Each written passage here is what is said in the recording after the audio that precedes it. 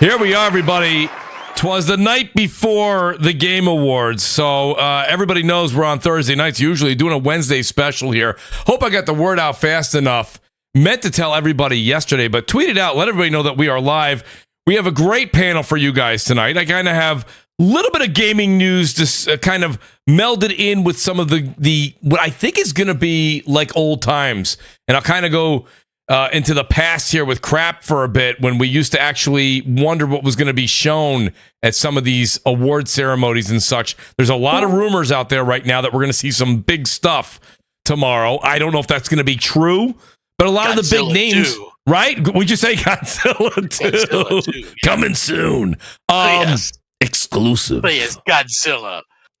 Crap, you know, I'll go ahead and say this real quick. Guys, please do hit the like button, tweet it out, hit the subscribe button. Your name comes up in likes. You know all that good stuff. Look at that. We got a great description there. All the Mooch Maniacs are listed below. Shout out to everybody that's here. But I do want to go through. We'll go through the panel first here. The great Crap Gamer, as you guys know. Crap, this is one of those weeks, right? This is one of those weeks we used to get together and say, hey, let's do a show before the big show. And we would kind of sit there and be like, what do we expect out of tomorrow, meaning the Game Awards? Because the Game Awards are not anymore just the runner-up or who won Game of the Year. It's become E3 in the winter, right? I mean, it's kind of the new E3. You know, people look at it as sort of like this big catch-all for like all the major announcements, and now it's like kind of grown from that aspect. Like I joke around about Godzilla, but remember that was the big announcement when he first started it that year. Yes. And yeah, so it's like it's real. Like now it's grown into people thinking there's going to be a GTA 6, you know, announcement or whatever the case may be. So it just goes to show, you know, I mean, look, Microsoft announced the Series X and Hellblade 2 at the Game Awards. So it really does go to show that, you know, they take it seriously. Although supposedly Microsoft doesn't have much of a presence there. You know, so we'll see what happens. You know, Crap, it's still exciting. Crap, I'm glad you said that. I'm going to go through the rest of the introductions, but hold on to that thought because you said Xbox isn't going to be there. And it's funny because years back, you remember that one meme that was going around of Phil kind of sitting in the audience looking very down. It was because they didn't really bring anything to the Game Awards. I don't think that's going to happen again, but hold on to that thought. I want to say welcome to the great Jez7780. Jez, you know, you got me concerned there. I said he's not here early. He might have to leave early. We're going to get about 8 minutes of Jez7780 on the show. The Great Gaming Grindhouse is here. Jez, how you doing tonight, buddy? Oh, we might even get less. There's no audio. What's going on with Jez? I got to go to Death Singer. Death Singer, don't tell me it's all of you guys. No, Slow-mo, thank you for making a human noise. I appreciate that. Jeez, I was like, is anybody here? And I hear Slow-Mo chuckling in the background. Can you hear me now? Now we hear you. There you are, Jez. Who cares about that singer? This is Jez. Man. Oh, the great Death Singer, everybody. No, Jez. Hope you had a good Thanksgiving. Jez, you got it. I had a great Thanksgiving. I hope you had the same thing. Jez, you try so many different headsets. You got 17 different microphones. That's the reason.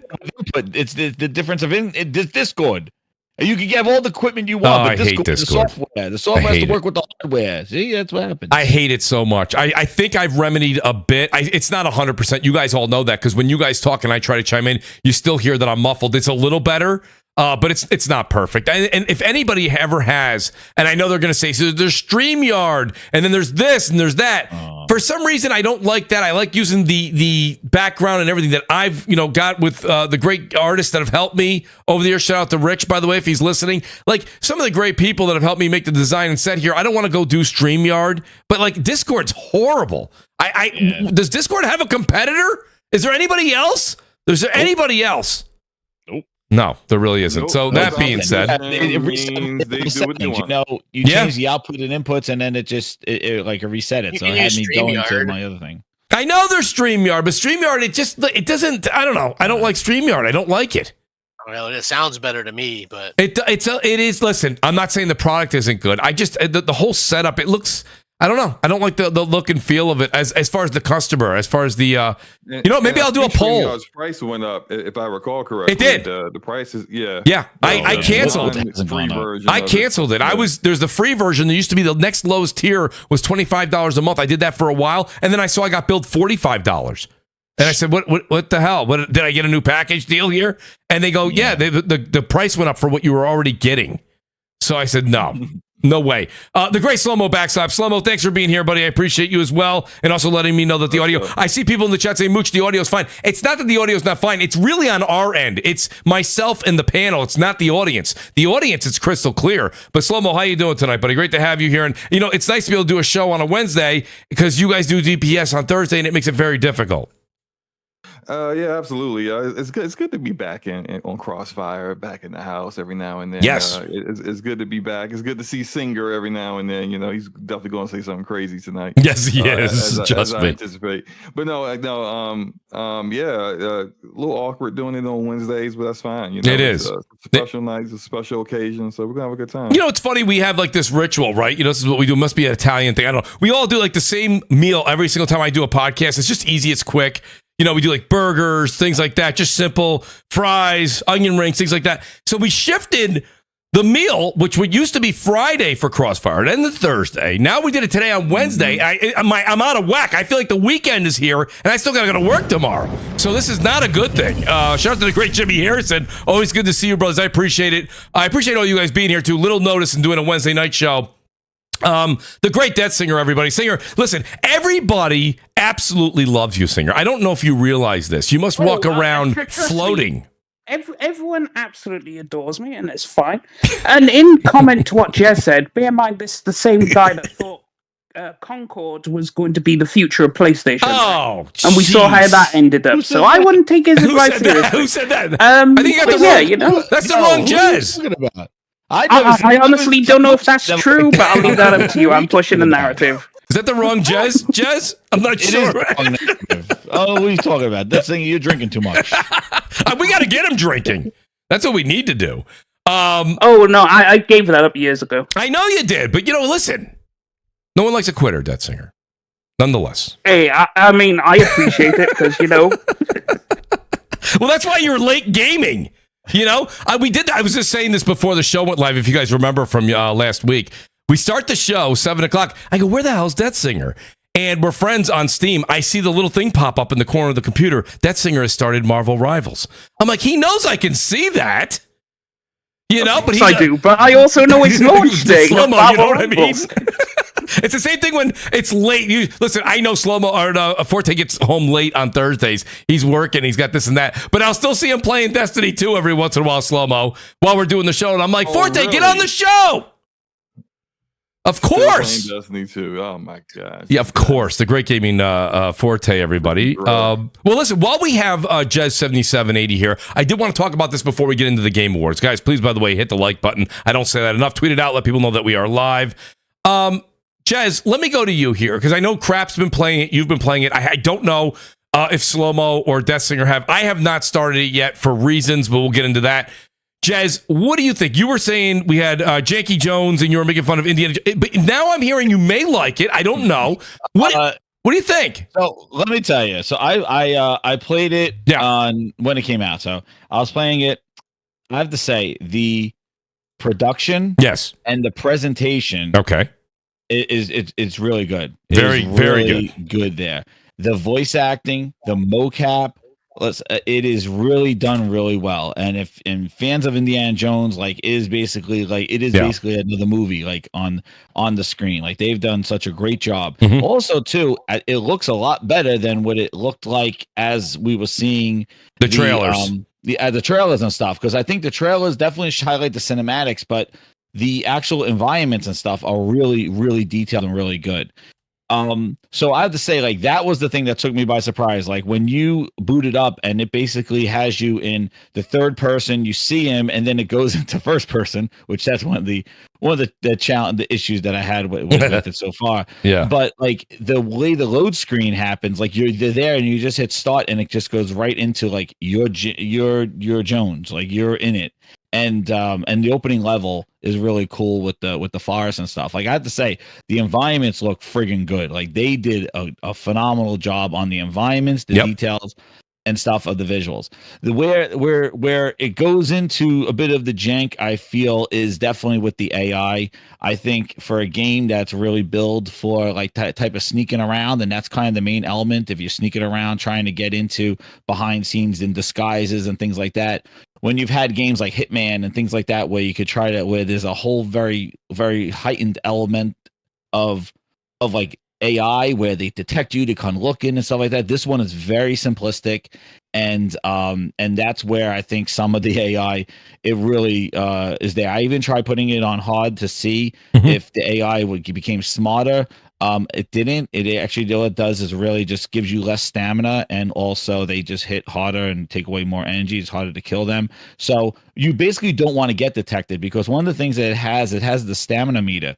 And this is one of the things where you can't just swing a bunch of punches. You can't just start swinging and all that stuff and just take out a bunch of people, because your stamina goes down and then they'll hit you. Okay. So there is a balance there. He's not just swinging and knocking people out. One of the things, though, where the stamina meter I found didn't work is when you're climbing and it pulls out to that third person camera, basically the stamina meter goes down as you're climbing, and that animation we've seen climbing in Tomb Raider and Uncharted, Assassin's Creed. That climbing in third person looks janky. I don't know why he looks like a square box, but it looks awkward. And the stamina meter goes down. Now, if the stamina meter goes completely down, I thought he would fall off the ledge, right? Because you have to kind of. Yeah, he doesn't. He just kind of stumbles because he goes, oh, and then the stamina meter recharges again. So it's just kind of weird. It's I thought he would fall. So it's just kind of strange they implemented that stamina meter. Oh my God, you better climb this pretty quick, find your path. Which again, you're not clambering up. You're just basically you're shimmying and stuff, but you got the stamina meter there. The other thing too, like I said about the camera, that's where I feel it does seem janky. It's very disorienting, especially if you're just clambering up on something, in Uncharted, Tomb Raider, where there's a white wall and you could just jump up and just clamber up with the wall. Yes. Well, you're in first person. You see that kind of wall. You jump up. It pulls out the third person for a quick second and then jumps back into first person when you go over the wall. Yeah. Really strange on that stuff. So I think the camera thing definitely is a little disorienting. Also, I haven't played too much of it. I'm finishing up the Vatican. I hear it picks up after the Vatican, because right now I'm running around taking photographs, about 5 different photographs around the Vatican, holding up a map. And that's about what I'm doing right now. Well, what level are you on? Is that level 1 or 2 or 3? Where are you? It's the opening. It's kind of open. Yeah. So I really didn't play any kind of set pieces yet, or I did sneak around a lot. There's the opening level, then there is kind of the sneaking in level, and then there is the Vatican, and that's kind of where I am now. So Yeah, so Okay. it's I have to say I think the presentation is really good. I feel like the combat and the AI is where the weak spot is, but I haven't gotten far enough to see like set pieces and things like that. But the story is pretty interesting, and yeah, it definitely was. It definitely was a surprise compared to what they have shown. Even though they showed so much gameplay, I feel that they really it really had a lot of this polish and stuff. Even like when the loading screens and stuff, dude. It's pretty crazy. And yeah, so I'm definitely gonna keep playing it. Like I'm not dropping it where I thought I was gonna be like, nope. After seeing that combat and stuff like that. But I wanna kind of see where the next levels go. Just got to get over this first part there. But yeah, you know what? It definitely did it. And one of the things that I have to say is that, I feel like if they knew what they had, I just feel like the December release date, like right now, like it just, man, I would have pushed this up a little bit if they had the time, because they've been showing this thing since January.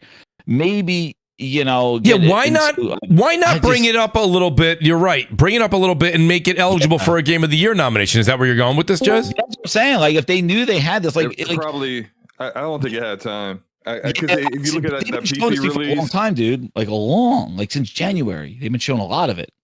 Yeah, but I mean, just like you can show stuff and it'd be like built or vertical slice. But when you actually run the game and you're still trying to optimize it and get it ready for launch, like I mean, the whole path tracing on PC wasn't available until the actual standard release. So like they couldn't even get that ready before early access for the early access people, which I kind of felt like that's kind of messed up. If I paid $30 extra to play the game early, I'm expected to play the full game early and not but the game's got built-in ray tracing anyway. It's got ray trace global illumination in it, just off the rip.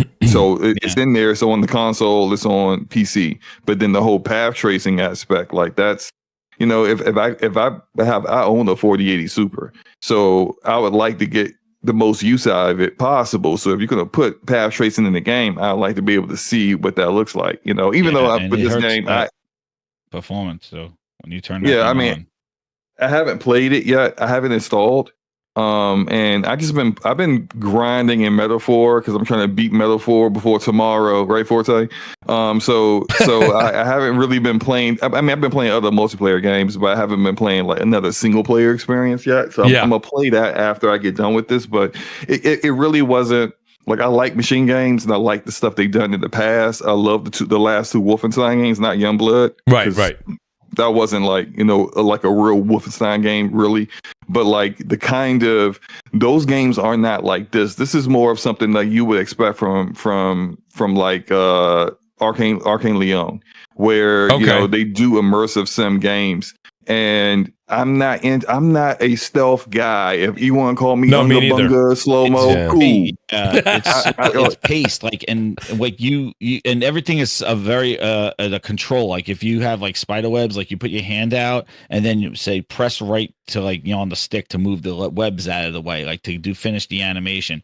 Put a key in the door, turn click to the left to turn the key. So it's very deliberate and like that sim, like you were saying, slow-mo, like it's so, there's pacing to it. This is not what I'm hearing, Jez, though. What I'm hearing from you, and I think I want to go to Crap because I was talking to Crap about it and he was enjoying too. But Leech 1399, he says, as an Indiana Jones tribute, it's great.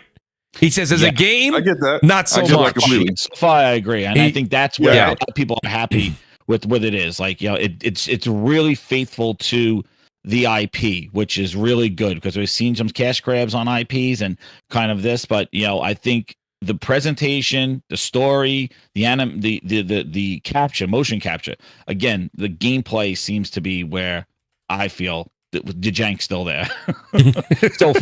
And them going in this direction, like don't get it wrong. I think that's smart.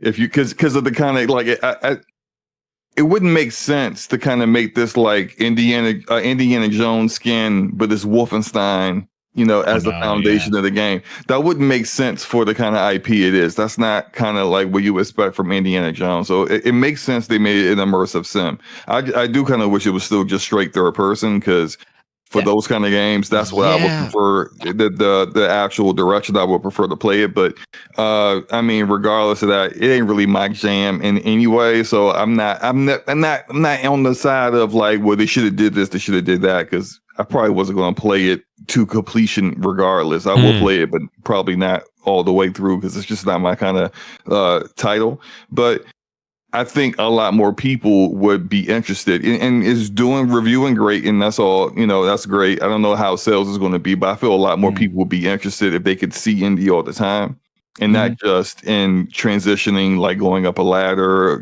swinging, you're on the whip, that kind of stuff. But that's the thing, like Slomo, like the thing is like they have that, like they've modeled him in 3D. Even if you look down, you see the full body. It pulls out. It starts in it starts in third person, and then it goes into the first person. It's like, so they did everything. All you gotta do is move the camera. I guess they just didn't animate him fully to do all that stuff, because I would think even in sneaking around, it would have been better sneaking around in like behind cover and adding a cover mechanic and stuff like that, like, and using the whip to kind of take out lights and doing things like that, and using the whip to, like, pull things to you and third person, and like, kind of using that element. I think that would have been so much more engaging, because the first person and then the hand comes out, like, there's definitely elements to this that remind me of, like, it should be like Indiana Jones VR, like where the direction of where the fist come from, because it's kind of like under, I guess, the bottom of the screen. When he's swimming, and then the hand goes out, and then the other thing too is, like,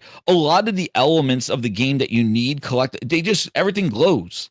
Like, you just kind of walk up, it's like your table glows up. It's like, oh, that's what I got to get. It's not like this rummaging or anything, kind of like exploring or picking up things like the key, everything just glows. So like it's very guided as well, but there is open areas. But again, I haven't played enough of it, but I gotta say, the one thing I want to do is give him flowers for, what's his name, that voice actor. What the hell is that guy's name? I keep forgetting his name. Troy Baker. Yeah, Troy Baker. Yeah, he's awesome. He's the best voice actor in the business. Every time that guy's in the game, I'm like, oh, Troy Baker again. But dude, there's a reason why they pick him for everything.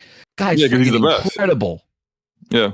He sounds like Harrison Ford. Yeah. So that it's funny. The one thing you said, Jez, the one thing you said that kind of gets me though is you said everything's kind of lit up. So it's like, but I hear the puzzles are simple. You're saying so the collectibles are flashing at you. Yeah, the collectibles flash at you, and then there's from what I've seen, and then also the puzzles so far, really, I haven't gone that far for enough puzzles. But one of the puzzles when you first start off, not a spoiler, but like your museum gets broken up, and there's like 5 artifacts on the floor, and you got to put them back to where they were, and you got to match up the wall of like where their origin is. And I'm just like, oh man, they got Indiana Jones picking up after himself, like, like he has to clean up the museum, and I was like, gonna give me a broom next, so I'll sweep up the place. I don't know. So so let me ask this question. Crap, you're playing it, and you said you're quite enjoying it, which is awesome. But like, is it you don't like stealth games? Are you not far to the part of the stealth? I'm not stealthing, dude. I'm running up and smacking people. Not exactly stealth the way that you would think. It's not like oh now you're busted, and now you gotta it's like there's been a couple of times where they caught me or whatever, and then they chased me. I went and hid. They go back and chill, and then you go back to your business. It's really and then if you do get caught or killed or whatever, it's not a big deal. You'll just start right back where you were. So like, it's not a big deal to me. This is the best Xbox game they put out this generation, hands down. It's just good. The story makes you coming back. I thought I'd start it up for a laugh, and then I'd play it for a little bit, and then not want to play it because I didn't know what to expect. But then I can't put it down. It's that good. Oh, that's good. Got a great story to it. I like the stuff. I mean, like the only complaint that I would have is like the fighting is clunky or whatever. But you can use almost anything as a weapon that you find. Hitting someone with a fly swatter or a shovel or a club. Or there's just so many different things that you can do, and I like that about it, and not only that, but it really, if you grew up like we did, Mooch, in the 80s with Indiana Jones, when he's at his peak, that's what this is. Like the first level is taken from the movie. It's the movie. Right? It's like it is. It's great. It's like, honestly, they really went all out with it. The presentation's great. This is a case where it looks so much better than what we've seen. There was a texture pack that you had to download or whatever. So, like I said, it performs great. I have no problems on the Series X, man. This thing looked great. It's not only that, it's 60 frames on the Series S. It looks good there too. So they really did that. id Tech is putting in work. Finally, a developer under Microsoft's umbrella they can put in some quality work on this thing. And I tell you what, it is a really, really good game. Troy Baker nails it. Yeah, he does. You know, Surprising me. You know, there's stuff that you got to go through, and you know, there's different things that you can find, like little hidden things like safes and things like that. You buy upgrades. You know, they change it up. There's a lot of really cool things about the game, and like I said, it's not what I expected, because I don't like Dishonored or anything like that. No, to me, I wasn't a fan of Dishonored either. Yeah, but it's like, it's just something so different than what I expected. It's like, I think though, you know, crap. The thing is though, it's funny because I hear you say that, and you know, we're in the same age group, so I know that we liked and grew up through the same movies, right? And I know, listen, the whole panel kind of fits that realm, to be honest with you. And when I see the people that are reviewing it, I watched a lot, and they are also in that, I'll say 35 plus category. I've seen a lot of people that are reviewing it, and they're loving it. The question is this though resonating? Because I think this is a big win for Xbox. I do. I think this is a big win for them. I think it's a great game. I personally love Indiana Jones. I know you do too. But like, if you're like, I'm making this number up, 25 years of age, and you're like, I never watched an Indiana Jones movie. The whole thing that we love is the Troy Baker sounding like Harrison Ford, right? And this is taking right after Raiders of the Lost Ark is when this picks up. And it's like, that's the prime. Like you said, that was the peak of Indiana Jones. Like, so if you're 25, you never watched any of the original 3 movies, you definitely didn't watch the last 2. You know, at that point, you're kind of like, well, what is this? And does the nostalgia? The thing is when I hear you say what you just said, and Jez said it, and all the reviewers that gave it a 9 said the combat is the worst part of it. So if the nostalgia doesn't rope you in, you do have to say the one thing that has to shine is the gameplay. And I think that's the problem here. Is the people. Go ahead. The gameplay, like I said, except for the combat, it's like, but you avoid there's not, you know, it's like exploration and stuff, you know, it's like, and I'm in the second area. I like the first area. I thought it was pretty cool, and there's some good side quests, which I'm not really a side quest person, but you know, it's really cool. I liked it how they kind of kept him grounded. You know, he's not Nathan Drake where you can parkour on every fucking thing. He's not going around busting caps in everybody. You know, he's like, he runs and it takes him a while to climb up stuff. You know what I mean? Well, wait, he doesn't have to listen. He doesn't have to be Nathan Drake. But the thing that Jez was saying earlier, when Jez and Slow-Mo were just going back and forth, was if it was third party and you use the whip and you can still do the strategy that you're doing in first person and third person, it would have utilized maybe some of the environment a little bit more. The thing is I think when it comes to machine games, listen, we look at their resume. First person is their forte, right? I mean, that's probably the reason. Yeah, you know, they're not going to step away from what they're great at. But the anime, they did like they purposely go into third person, like it's there, like it. But you don't control. Like, do you control the third person? Really, not much. No, you don't control the third person, but like it starts in third person, and then you go into the head, and then you basically whenever he does a swing or whenever he does a climb, he's in third person, and then you know when it's like it's all there. Like it's not like they have everything from his perspective from the beginning. Like they continually pull out that you see like oh Doom, like yeah he's third person, but they just didn't, I guess, animate it. It's like, why can't I just go into third person camera? And then that could even add an element like how Gears has, where you hide behind cover and stuff like that, and it'll add another element there, because it's hard to judge if you're peeking out and stuff in first person, you know, stealth games. It's kind of know, like you can't judge where your body is. That's why they got to have a lot of indicators and stuff like that, like you're in the shadows, are you being seen, things like that, because it's hard to get sense of the body when you're in a first person camera. Right. Well, Moose once says nobody complains about first person in Call of Duty, though. That's a completely different animal, though, Moose, when it comes down to it. Hey, what I can tell you right away, kind of like. Go ahead, Crap. I was just gonna say, if you liked Chronicles of Riddick: Escape from Butcher Bay, it plays like that. That's what I heard. Like, it reminded me a lot. That was a very good game. That was awesome. The way it was awesome. I was like, that game, or at least a lot of people from Machine Games were involved in that project, so that makes a lot of sense. I actually like how they did it, man. Like it keeps them from comparing it to Uncharted or Tomb Raider, and it's more of a, I would say, more of a sim to rating and that kind of stuff.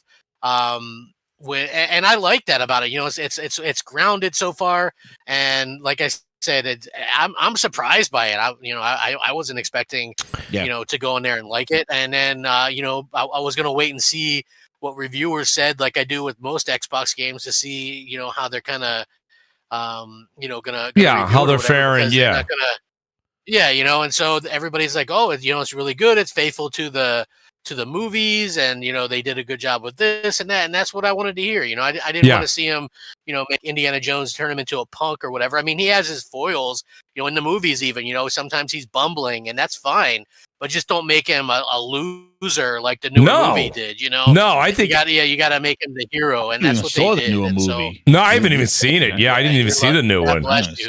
God bless you. I couldn't sit through it. Most people haven't. Most people have not. I couldn't sit through it. It's like, you know, those people really love like ruining people's heroes. You know, like, hey, the last thought I want to think of Indiana Jones, honestly, is from what is that? The Last Crusade, I think. The Last Crusade, yes. That's the last one. Yeah, and that's just like the one with Sean Connery. Yeah, the one with Sean Connery. That's the last one. Yeah, that's the last one in my mind, always and forever will be. Yeah. And then the same thing with Luke Skywalker, man. It's like Return of the Jedi. Return of the Jedi. He was around. I actually that was it, dude. The scenes like where at the end when he has to drink from the goblet, and it's like, you know, from the original one that Jesus had at the Last Supper, like the Last Supper and stuff like that, and they're picking out the rich one, and it's like all the ones in gems, and he had to pick the right one and drink it. I was like, oh man. Yeah. No, so let me. I mean, go ahead, that singer. What do you think? Have you started it? Will you start it? Absolutely not. No, that's the kind of, no, it's not my kind of game. Despite how good the reviews are, I'm like, I might check it out. It's always available on Game Pass, right? So I'm not going to lose access to it. So maybe if there's a down period some next year, you know, there's a month and I don't care about anything coming out that month. Download it and give it. I have to say, because it is a huge ass game, and that Xbox App Store is ass. Oh, don't worry. I got plenty. I got 300 gigabytes of Call of Duty on here. It doesn't matter size. It doesn't matter how fast you are. You got that thing jacked in your ass. It still doesn't matter. That Xbox app, I don't know what servers they're using. Satya's third-party cloud, but man, that thing's slow as hell to download on that. I mean, it is slow, but like, you know, you could turn it on, go out and do something. Indiana Jones. It took me all day. The thing is, here's the trick with the downloading off that store, right? You click download, then you go out and do whatever, go shopping, do all that kind of thing. Because it's not going to download. Oh no, that's why I don't have sleep mode on it. You waste electricity. There you go. I mean, it is. No, it's just, you know, you turn the power off button when you're done. No, you turn the power off button when you're done. But you know, I don't need no sleep mode to remind me. But it's man, that thing takes forever. It really does. But Indiana Jones, I'm glad it reviewed well, though. Yes, because that's a good thing. I'm glad people are enjoying it. You never know. There might be a third-person mod for the game at some point. I know they made one for Cyberpunk. PC, so they mod. I didn't think of that. Yeah, they might. Someone might try and do it because they did one for Cyberpunk, and it has its issues. But you can play Cyberpunk in third person. So. I mean, someone might down the line make a mod for it, though, because when you mentioned Cyberpunk, the first mods for Cyberpunk were a bit janky because CDPR never. Well, at one point it was supposed to be third person. Then when they switched it to first person, they didn't do all the other things that you need to do for a third person perspective game. Animations, motion matching for when you're running, and it doesn't look awkward when you turn a corner or you stop abruptly or open the door. Like all those animations take time, and so when none of that stuff is actually done by a developer, because they're like, well, why do that when it's going to be in first person perspective? The modders have to kind of create those things, and it takes time for a lone modder for the most part to kind of put that kind of stuff in. So when I say all that to say with Cyberpunk, initially there was like the way they did how you move through traffic when you're walking through Night City. Yeah, the way they were simulating in first person, you kind of sliding past people or brushing into people because there's a lot of people on the street. It was kind of like a pull effect. But when you see it in third person, you see your torso very like unnaturally pulling in the direction of NPCs that are near you. And so they had to fix that. So it's like these kind of things you don't think about when you're saying, oh, I'm just going to make a mod to do it third person. And you don't know what Indie actually looks like third person until you do it, and you realize that's like the thing. he's got no detail or stuff like that. But you see, I went on the modding community because I went onto their page because quite a few people asked about this, and a lot of the modders were like, for Cyberpunk, it has its issues, and it was doable. But that's because it has a lot simpler animations, whereas Indiana Jones, they have really complex animations. And being able to recreate them without... Like, they could do the mod, but a lot of mechanics won't work. You probably won't be able to interact with certain things. Singer, there's some people in the chat, Singer, that are asking, and since I know you haven't started it up and probably won't because it's not your jam, but, like, you know, Slow-Mo, I'll ask you and I'll ask Singer. Like, in Forte's here, too. I know, like, you know, Crap and Jez don't care about the PC, but the PC specs minimum requirements for Indiana Jones were outlandish, weren't they? And that was, I thought more people in the PC community would have been kind of up in arms about that, but I guess not, right? Was that not a bit over the top, or you didn't think it was that big of a deal? I think a lot of the PC community are just happy that it doesn't have a lot of the issues that you see with Unreal Engine 5 games, but like animation stutter, traversal stutter, shader cache compilation mishaps. It's not perfect, clearly, and it does have its issues, especially on the Xbox app, which seems to be broken. With frame generation is broken, and having on DLSS upscaler with HDR at the same time, from what I'm seeing, apparently really messes up the visuals. So the Steam version, again, is the better version of the game, which they gotta fix that. You can't be having the other store always having the better versions of games, and even your own games. That's just embarrassing. But overall, visually, like as Crap said, like a lot of people are talking about the actual like presentation and saying it looks fantastic. It's got ray tracing baked in, that's part of the reason why people are complaining, because a lot of people have GPUs that aren't really that great for ray tracing. And so if you have a title that has ray tracing baked in with its global illumination, then you start to realize why you turn ray tracing off all the time. And so like a lot of the more powerful hardware, a lot of the high-end PCs aren't really having these problems. But if you're on like a low-end PC, if you're rocking a RTX 4060, like if you don't have more than 8 gigs of VRAM, the game won't even boot up. It just be like, try again with a better GPU this next time. It just won't even boot up for you. So that with the CPU requirements, because I think the minimum CPU requirement was like a i9 1000 something. So it's a demanding game. Yes. But I'm fine with that as a PC gamer, because I'm tired of, one, games that are basically catering to Epic.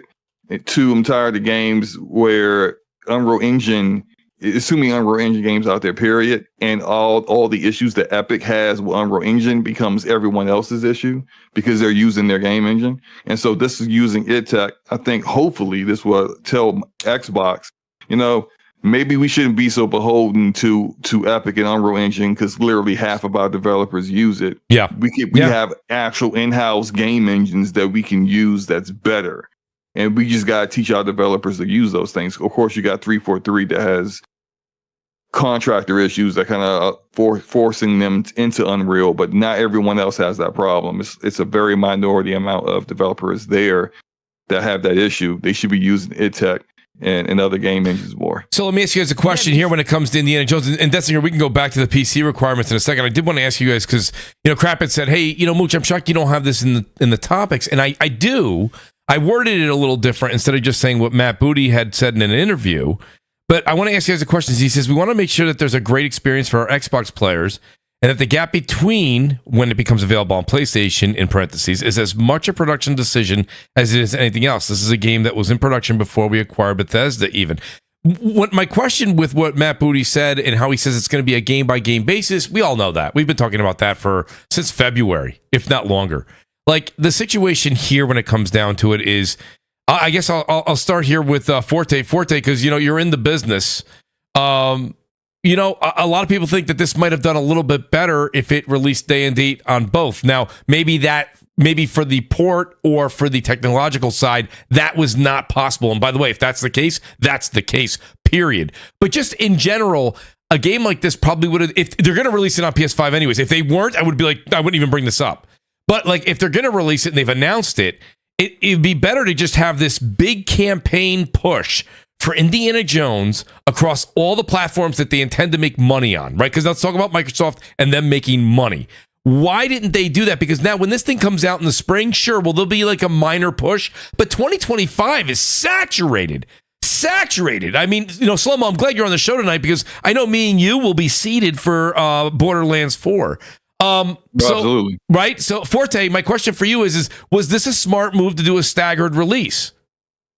I mean, they're still trying to figure their way out when it comes to like the release like table and stuff like that. Yeah. A lot of stuff is still on the table. Like you said, when it comes to the case by case, I think this was something that was always going to be something that was coming out on both platforms. Like I said, they've been working on this since before they even, had the purchase of Bethesda. But the biggest thing really comes down to is they don't. Okay, so at a certain point, they still have to kind of honor the player base that put them here and got them to this point.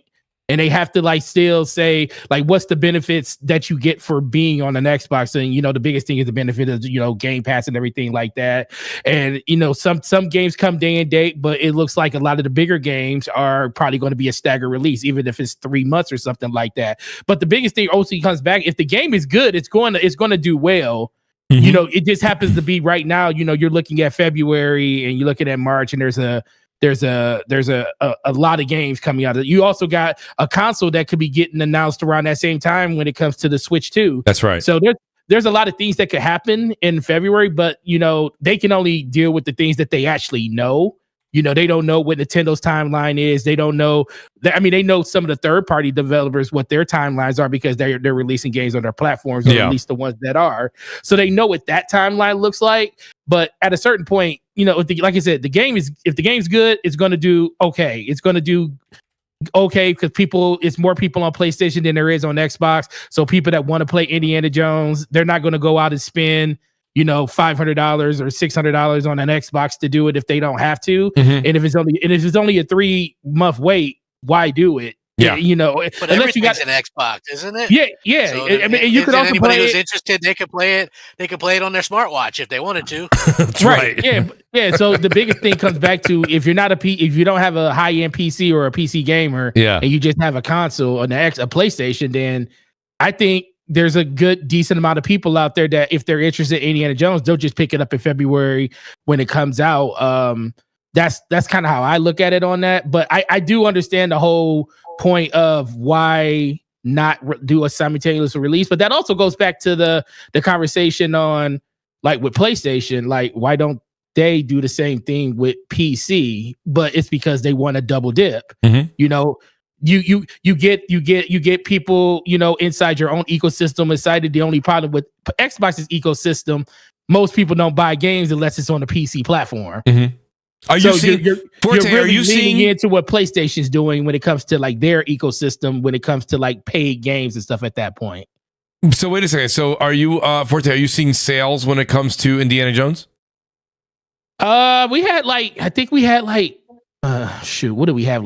We didn't have a lot of pre-orders, like 13 or 14 of them, and we sold out of it. So people that wanted to get the physical copies and stuff like that got it. We had I think most of them were the early editions, the deluxe editions that came for $100. So that's kind of like where a lot of the physical is moving to when it comes to that early access. People are just getting the disc and they're getting the early version so they can play it early. That's kind of how it's been for like Starfield. It was like that for Indiana Jones. I mean, even Redfall was like that, and they had to refund a lot of those people because they got that bike bat edition. That's why it was such a big deal, because a lot of physical people bought that version of the game.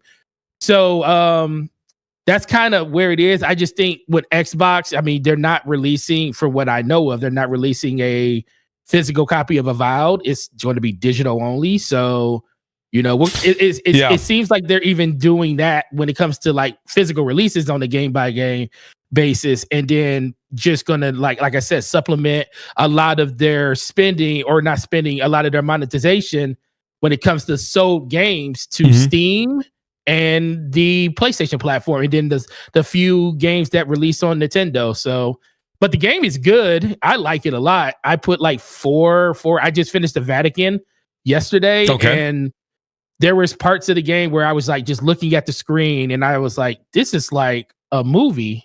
Literally, like when he sits on the couch in the Vatican and he takes the hat is on his face and he takes the hat off, I'm like, that's something that's straight out the movie, and I felt like I'm watching it and stuff. But a lot of people had a lot of good things to say about, you know, overall gameplay and stuff. I can see where it could be a lot better. I think because I was talking to Slow-Mo about this, and I had like the weirdest complaint of that game ever. What's that? I told Slow-Mo, I said, Slow-Mo, I said, have you played this game? He was like, no, not yet. I said, does Indiana Jones's suit look like it's too big for him? I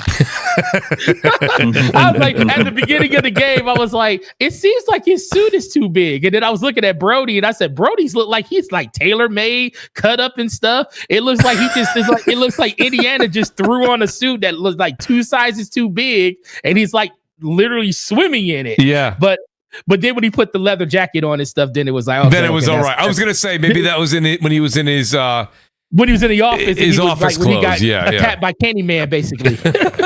but outside of that though, I enjoy the game. The thing I really like the most is there is different, you know, in stealth games. It's not like Crap said, it's not really a stealth game. But the stealth elements, being able, after I went through and was like bopping people upside the head, like I had I love the weight that these weapons feel like they have when you hit somebody with them in the back of their head. It is freaking incredible. But after I did all that, I was like, shoot, I was like, right before I got into the Vatican, I was like walking across this ledge, and I was like, are you telling me if I would have just went this way and climbed up this ladder, I could have bypassed all of this? It was a part where you could like take your whip and like literally lasso a part to like make people like go into a different area and stuff. So it really, really, goes into the exploration side of it. Like I really, really see where if you really look around, there are multiple ways that you can like complete the same task. And I really, really like that. But in general, Troy Baker is just incredible. Like I'm just listening, it's like, that's Indiana Jones. That sounds like Harrison Ford. Yeah. So they did a lot of cool things there. But I do think, it would have been nice to have a simultaneous release for the game. But at a certain point, we're not trying to piss Xbox gamers off more than they already are. Well, that's it. Like, I'm glad you said that. They already pretty much pissed in the bed. They ain't trying to like burn the place down. Just shocked we're seeing more and more of these quotes coming out from Xbox press. At this point, they don't need to talk anymore, right? Do you guys agree with me? Like, why are they still saying this? Well, it'll be a base by base, game by game basis. I mean, to be honest with you, they've already done a huge marketing campaign. Crap, you said it yourself that everything is an Xbox, right? Everything's an Xbox, right? This podcast is an Xbox. Everything's an Xbox. So my point being to you, Crap, is Red Bull's an Xbox. Red Bull is also an Xbox. Of course it is, Slow-Mo. I mean, so my point is, do we have to keep bringing this up? At some point, whether you like to hear it or not, the games that you're probably going to be hearing from Xbox being announced are at best going to be a timed exclusive. And that's it. It's just, it is what it is. I think that's not a bad thing. I think that's what Phil and company have said. So I think that's I think that's a bad thing for the hardware, but this is why I think they kind of shifted their focus and changed what they consider to be the platform, not the hardware, not specifically the hardware that they make. Now the platform is a Fire Stick. It's PC. Yeah. It is your ROG Ally X. It's your Steam Deck. It's your anything that's not just the actual Xbox console. I mean, technically, it's a Nintendo Switch and a PlayStation 5 as well, and that's why they are supporting those platforms. That's why they're making themselves more of a publisher over there, because that's where they anticipate trying to make a lot of money. Because I think they are definitely transitioning more towards a publisher than a platform in the console arena. That doesn't mean that they won't make hardware in the future. I think they're definitely going to try to do that handheld, because that's a growing, like a handheld hybrid that can be a console or be a handheld is kind of like a growing market that definitely still has a lot of potential, and they haven't seen where they've taken an L there the way they've taken an L in traditional console. But yeah, in the future, you're going to see more of that focus on trying to market everything but just an Xbox, because they don't. But I guess Slow-Mo, before we move on to the next subject, my question for you is, everything you said I agree with, but does the staggered release hurt sales? Because, let's use a different example here. We'll switch over and say PlayStation, right? And Singer and I have gone back and forth with this a number of times. No matter how you slice it, PlayStation releases a game on PlayStation first, right? Like, we'll use Spider-Man as an example. They squeeze as much of that as they possibly can get out of the consumer in the console market, and then they throw it on PC. Now, does it do well on PC? Well is, depends on who's reading it and how you interpret that word. Is it something the investors think is, yeah, sure. 1 million copies sold. 1 million copies sold for a game like Spider-Man on the console, not good. 1 million sold on the PC 2 years later, very good, right? No marketing.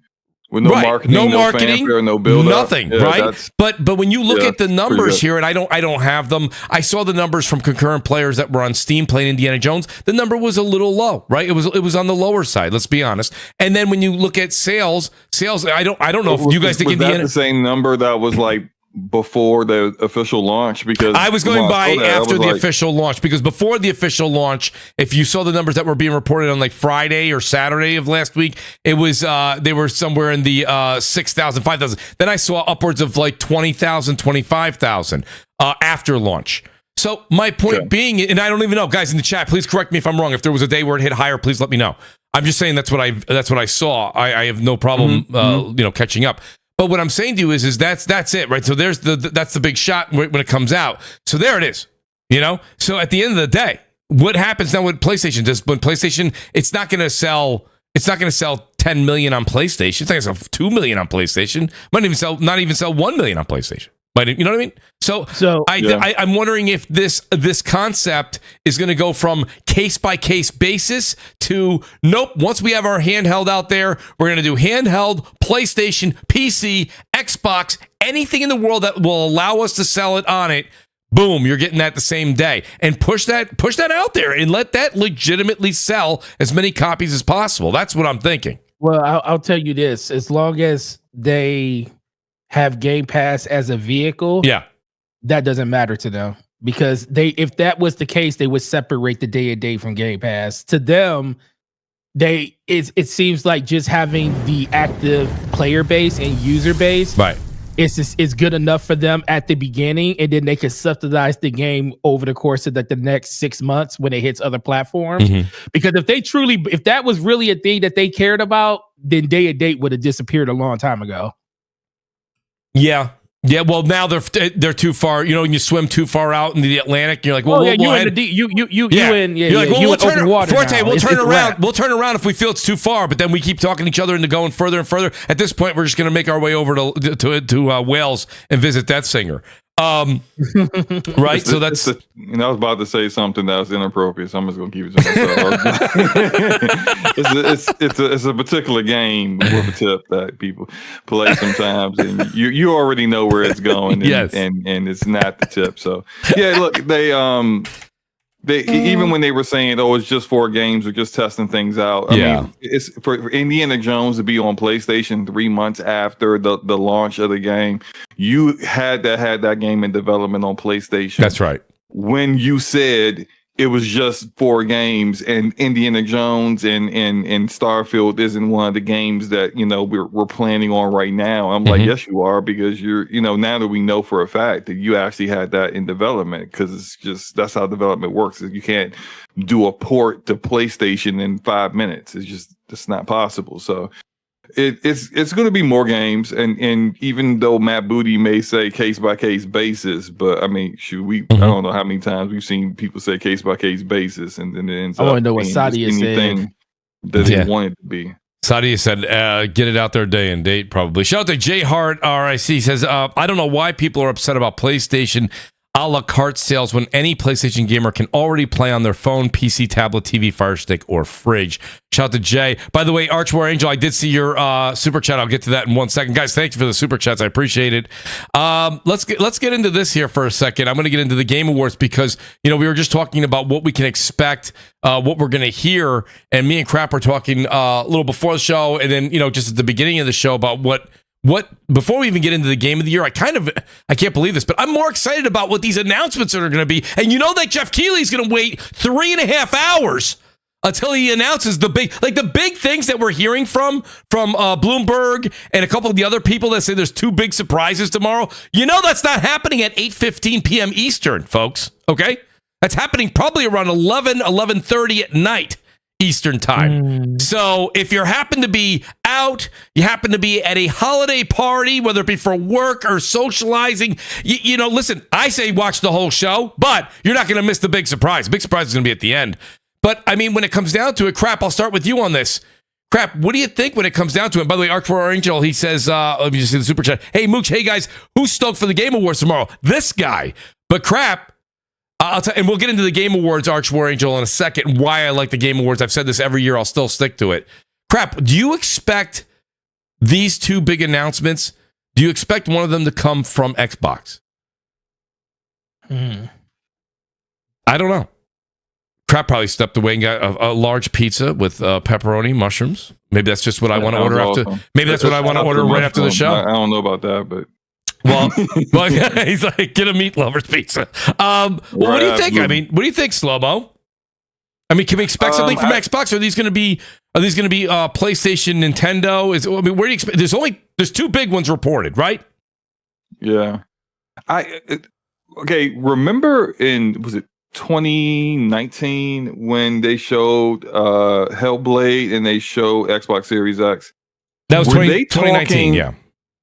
Were they talking like, hey, we ain't showing nothing tonight, so just don't, were they trying to do a smoke screen, or was it like... I was thinking about this. Okay. I don't know if they said they weren't going to say... I know what you're saying. You're saying Xbox has been quite silent the past couple of days, if not weeks, right? Yeah, my whole thing is that, like, if they're saying we're hearing that they're not going to have a big presence, all right, that's fine. I'll believe that. But no, I'm asking. I don't know. I mean, it could very well be that Xbox shows what their handheld's going to be, or what's coming down the pipe. That's what I've heard from people, that they won't have a big presence, which is fine. They don't have. I mean, they got a guaranteed developer direct, That's right. A month from now, so. They got stuff to show there. They don't need to show anything at the VGAs anymore. That said, we would still like for them to show stuff there. Absolutely. And it would make sense if you wanted to show stuff there, whether, you like Jeff Keighley or not, his show gets like over 100 million views live. Even though I think it's a trash show, as far as like integrity goes, for having Elden Ring Erdtree, which is a DLC in the Game of the Year conversation, because it's not a game, it's a DLC. Regardless, it's there and people watch it, and so when people are watching this, more people are going to watch that show than people are going to watch your dev direct in a month. So you probably should show something, but. I don't know. Like, if you don't really have anything that's ready to go, then don't force it. Because if it's just going to be a teaser trailer or some crap, then you can keep that. Yeah, no, I kind of agree with you. Forte, what do you think? I see so basically what Slow-Mo's saying is, let's look at the numbers, all right? Like, the numbers are showing that you're going to get a lot more eyes on tomorrow night than you are with no matter what developer or direct you're going to do a month from now. So that would be the logical. So if you have something big, this is where you'd want to show it. So if in going with that, do you think is I'm seeing people drop all this? These are rumors, by the way, folks. I don't believe it, but they're saying Bloodborne 2. I mean, I've seen all kinds, because people are saying you definitely are going to want to stay for this. This isn't something that's just like a small, perk to either ecosystem. Forte, are you expecting something big from PlayStation, Xbox? Man, the question, this every year we do this. Yeah. Like ever since Xbox yes, with the did the Series X, with the Xbox Series X at the Game Awards, and that was also in conjunction with Hellblade. Ever since then, everybody just expects them to like do something huge. Now, I'm not saying that they're not, because guess what? They done gave Jeff Keighley the biggest stage ever. And, you know, when it comes to video games and everything like that. So if they are going to do something, they will definitely get more bang for their buck at this event. And that's for Xbox and PlayStation. But for me, it's just at a certain point in the time, I'm just like, I just want to watch the show and see what happens, because we don't know what PlayStation is going to do, because we never seen PlayStation go through a year that it just went through where they literally announced pretty much nothing. Mm-hmm. And then we never seen we have seen Xbox, but we also don't know what Xbox is going to do, because now we're like through our first year of Xbox putting games everywhere. So there could be a situation where Xbox comes out there and they come out there and there's one more thing and there's another game coming to PlayStation. I mean, I hope that doesn't happen, because why would you do that on that stage? But it could happen, because I didn't expect it to happen last time they had a showcase to do something like that. That's so fair. It is so unbalanced in knowing what's going to happen at this showcase anymore. I just try not to even think about it. I just want them to give developers their time and stop skipping over awards that actually makes sense, instead of showing them in. Last year, basically. So to use reverse psychology on what Slow-Mo was talking about a moment ago, when he said, didn't they kind of do a smoke screen back in 2019? That I don't remember, but to use that same reference, Slow-Mo, the one thing that did happen last year, and guys, correct me if I'm wrong, I think it was last year. Remember Jeff Keighley came out the night before and he said, please don't come in. This was last year, not this year, guys. Last year. Yeah, last year. He year. said, please don't come here. We don't have major announcements this year. Like, you know what I mean? Like, he didn't want people to sit down for 3.5, 4 hours. And he's like, good night, everybody. Thank you so much for everybody that joined in. And you're like, that's it? Right? So he legitimately warned. This time, Keighley hasn't said anything, which leads me to believe that this is a big thing. So I guess I'll ask Death Singer. You know, Forte brought it up. I'll just go ahead and he's holding the ball. I'll kick it through the uprights here. Do we see? Just don't kick my finger. No. Laces out though, Forte, please. But I will say laces can still be out. You can still kick my finger. Kick your finger. You're right. Make sure you know where you're shooting for. When it's very fair, Forte. It is very fair. I missed the great Gaming Forte. The great Gaming Forte is with us today. It's awesome. Singer, I gotta ask you, Singer, do we see Starfield on PS5? Is that something that would be? Is that even big enough? Is that a big enough thing to even bring up, or no? No, I just don't think if you don't have that to show, I just don't think they're going to be there. Like, they'll have some Game Pass ads. I don't think you'd announce that there. I don't think so. I mean, it's going to be, the big stage, and they probably don't have anything to announce, because everything they got coming up next year is already known. We know what's coming out in 2025. I agree with you. You got your Doom, you got your Avowed Compulsion game. Then you got Avowed, and then you got probably Fable.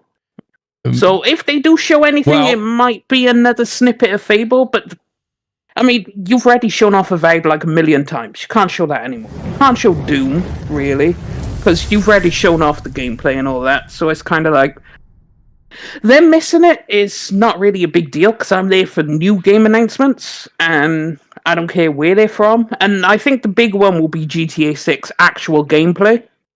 Okay, so I think they got the GTA 6 there, and I'm glad you said that. So I that would be married. I do too, actually. I think, but I actually agree. Yeah, I agree with him on that, and I also think it's not because everybody gonna say, well, Rockstar doesn't need them. I'm not gonna say Rockstar needs them. I'm gonna say that Jeff Keighley gave them a bag and said, hey, put that trailer on art, because look, this is December. Everybody knows ad revenue is through the roof during December. So whatever money he gave Rockstar to say, especially with all these leaks that we kept hearing about GTA, it's a good chance that trailer is right around the corner, and why not take money from Jeff Keighley, however much money it is, and let him showcase the trailer on Grand Theft Auto, and that might be the one big thing. Trust me, that will break the internet, literally, if he does it. Well, I was going to say it would gameplay, but wasn't the big thing? Wasn't the big thing with every time a GTA game was revealed, it was revealed with PlayStation. So would PlayStation and Rockstar come out? Kind of holding hands with their hands up, being like, no, get this game October on, no? No. They won't do that. Rockstar will be like, this is us.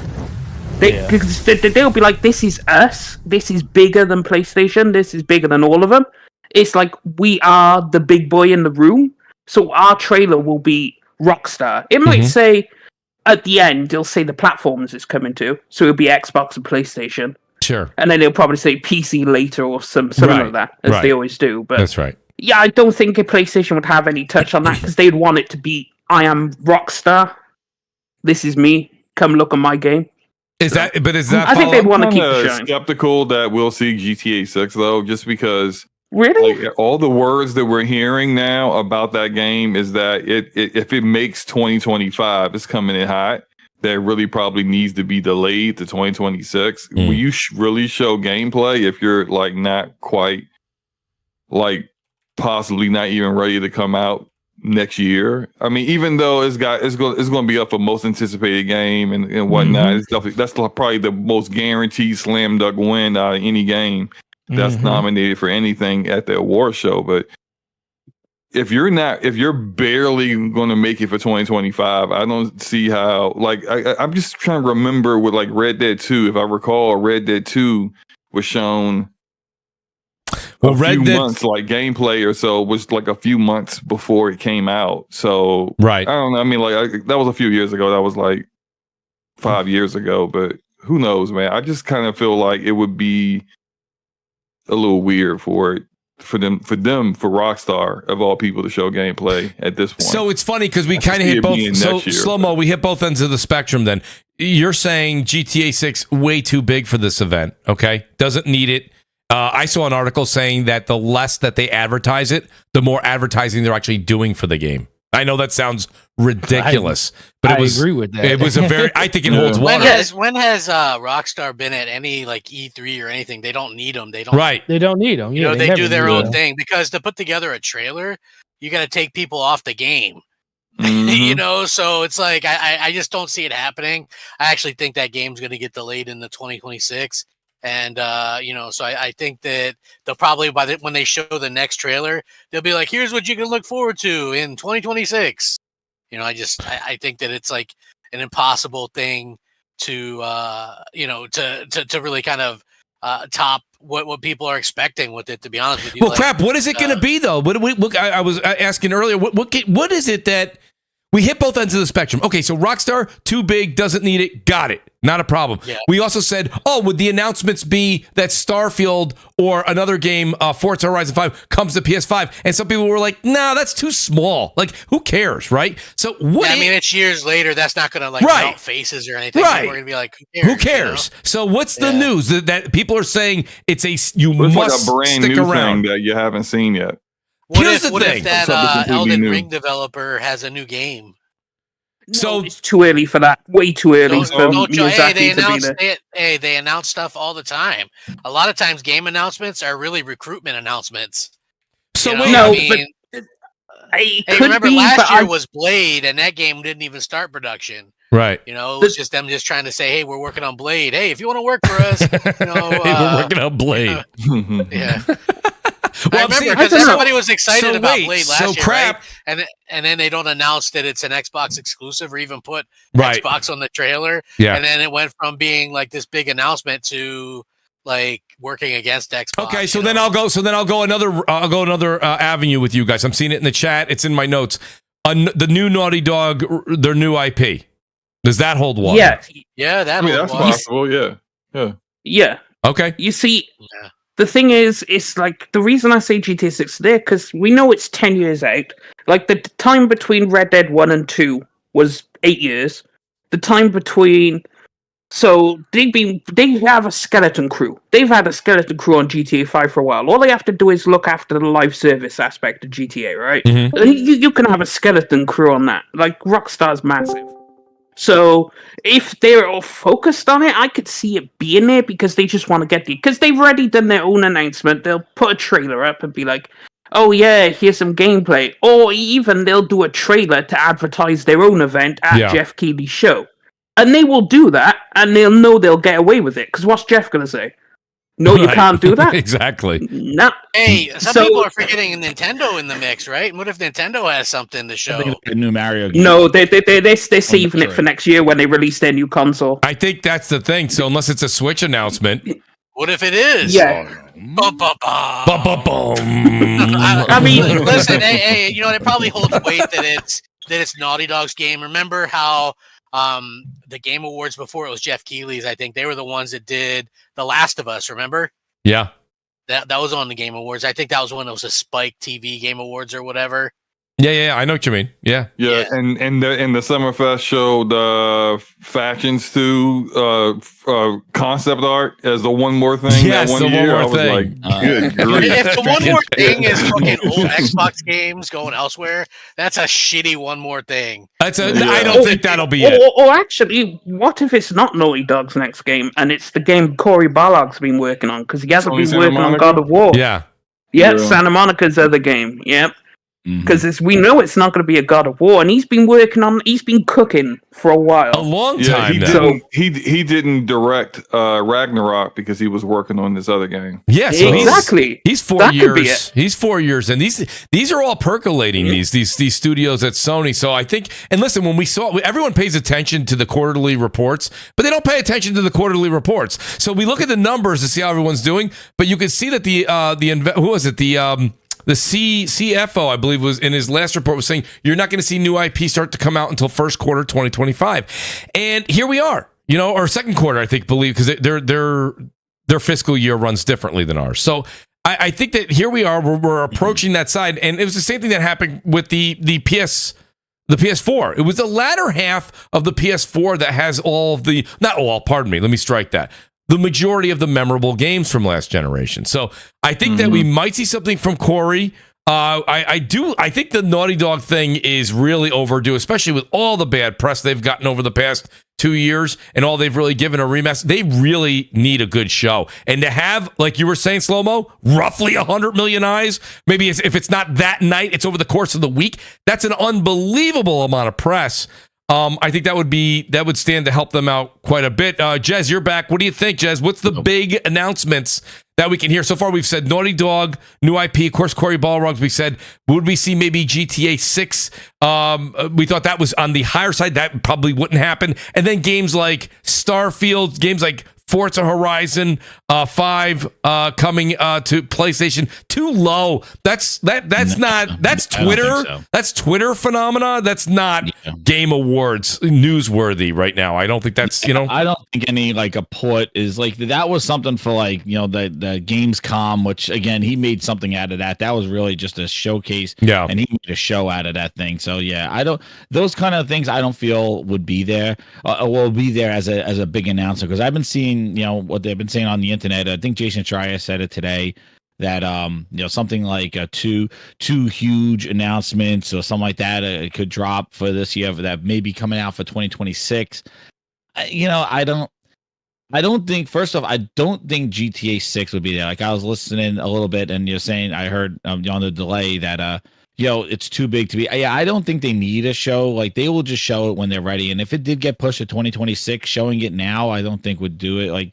They could show it whenever. They could show it on, any time on. And they typically don't really need a stage and an audience. They just drop a video on Twitter and on X, and it's blow it up. Yeah. They don't really need to be at the house or whatever if they're even there anymore. One of the houses bro on stage, let me talk about GTA. You don't need that. Right. You just drop here's GTA website, boom, go there. I think definitely think there's a potential for one of those games like you were saying, with Naughty Dog or Cory Balrog's game being revealed there. Or some sort of teaser to it. I definitely think we're going to see more of Death Stranding too, but I don't think that's going to be a huge, crazy moment. I really think that I was thinking what could be something that would be kind of outrageous, and I've seen people saying Half-Life 3. And Steam boxes or whatever the hell they're doing. And I don't know. It could be something wild like that. Steam is trying to get back into. Steam is trying to get into that space. And dude, if you drop a Half-Life 3 with a Steam console box, in a couple of years, from now in 2026, Dude, that'll break the friggin' internet. You want to talk about something that's the been internet will shatter into a million pieces. You're talking about something that's festering for decades, forever. No, that's been festering for like people have been wanting Half-Life 3 more than people want Bloodborne 2. Yeah, that's right there. Half-Life 3 would be like 30 years in the making, and you see the Half-Life symbol, and you're like, everyone. Yeah, it would. I'd feel bad for everything else shown there, because everything else would get dragged out. Yeah, and I think, and I know we're thinking crazy and big. Why not? Who cares? It's fun. Expect. Right, it is. It's great. That's the best part about doing a day before show. Yeah, and the one thing that really drives me crazy though is that Keighley definitely, he is a promoter. He reminds me a lot of like a boxing promoter, like an Al Shelton. He's like, oh, the 2 big fights we're gonna have. Like he's just a promoter, and he kind of I get triggered every friggin' year when he says the Game Awards are coming, and he tweets out, "What's gonna be the biggest snuff?" And I'm like, what kind of like what the hell is that? He just try to trigger people on the internet. He's literally trolls. He trolls people, and it's funny because I feel like the gaming media does that all the time too, right? They're like no console wars, and then literally you wake up the next morning and the gaming media is out there console warring. His first tweet of the Game Awards, like the Game Awards thought, who's going to be snubbed? Who's going to be snubbed? Like, what the hell? What? It's your show. It's your show. So he's a promoter. So that's funny. I feel Good point. We can think crazy outside the box. I just hope that the show is paced well and it's entertaining somewhat. Like I feel like it's been kind of long in the tooth. Sometimes I think last year he really got I think 2 years ago was good and last year was bad. Which I forget now. I think last year was 2 years. 2 years ago was phenomenal. I thought last year was good as far as production value, and I think they even shortened it up a little. The thing about last year, we were saying, Jez, there was just not a. But the thing is, though, Slow-Mo, there wasn't a lot of surprises last year. Yeah, and I think that's where it got lackluster. There just wasn't a lot of. Well, let me do this. So since we're speculating, and listen, I want to say this because shout out to Kami, by the way. You guys know Kami's been on the show plenty of times. I'm giving him credit. These are his predictions. I'm just reading these out loud because I think this is interesting. Kami says Naughty Dog revealed new IP. You guys know that. Max Payne 1 and 2 remake gameplay. From Software teases next game. Crap said that. Witcher 4 CGI trailer. New Kojima confirmed. What is it there? Death Stranding 2. Jez had mentioned that. Resident Evil 9 maybe making an appearance.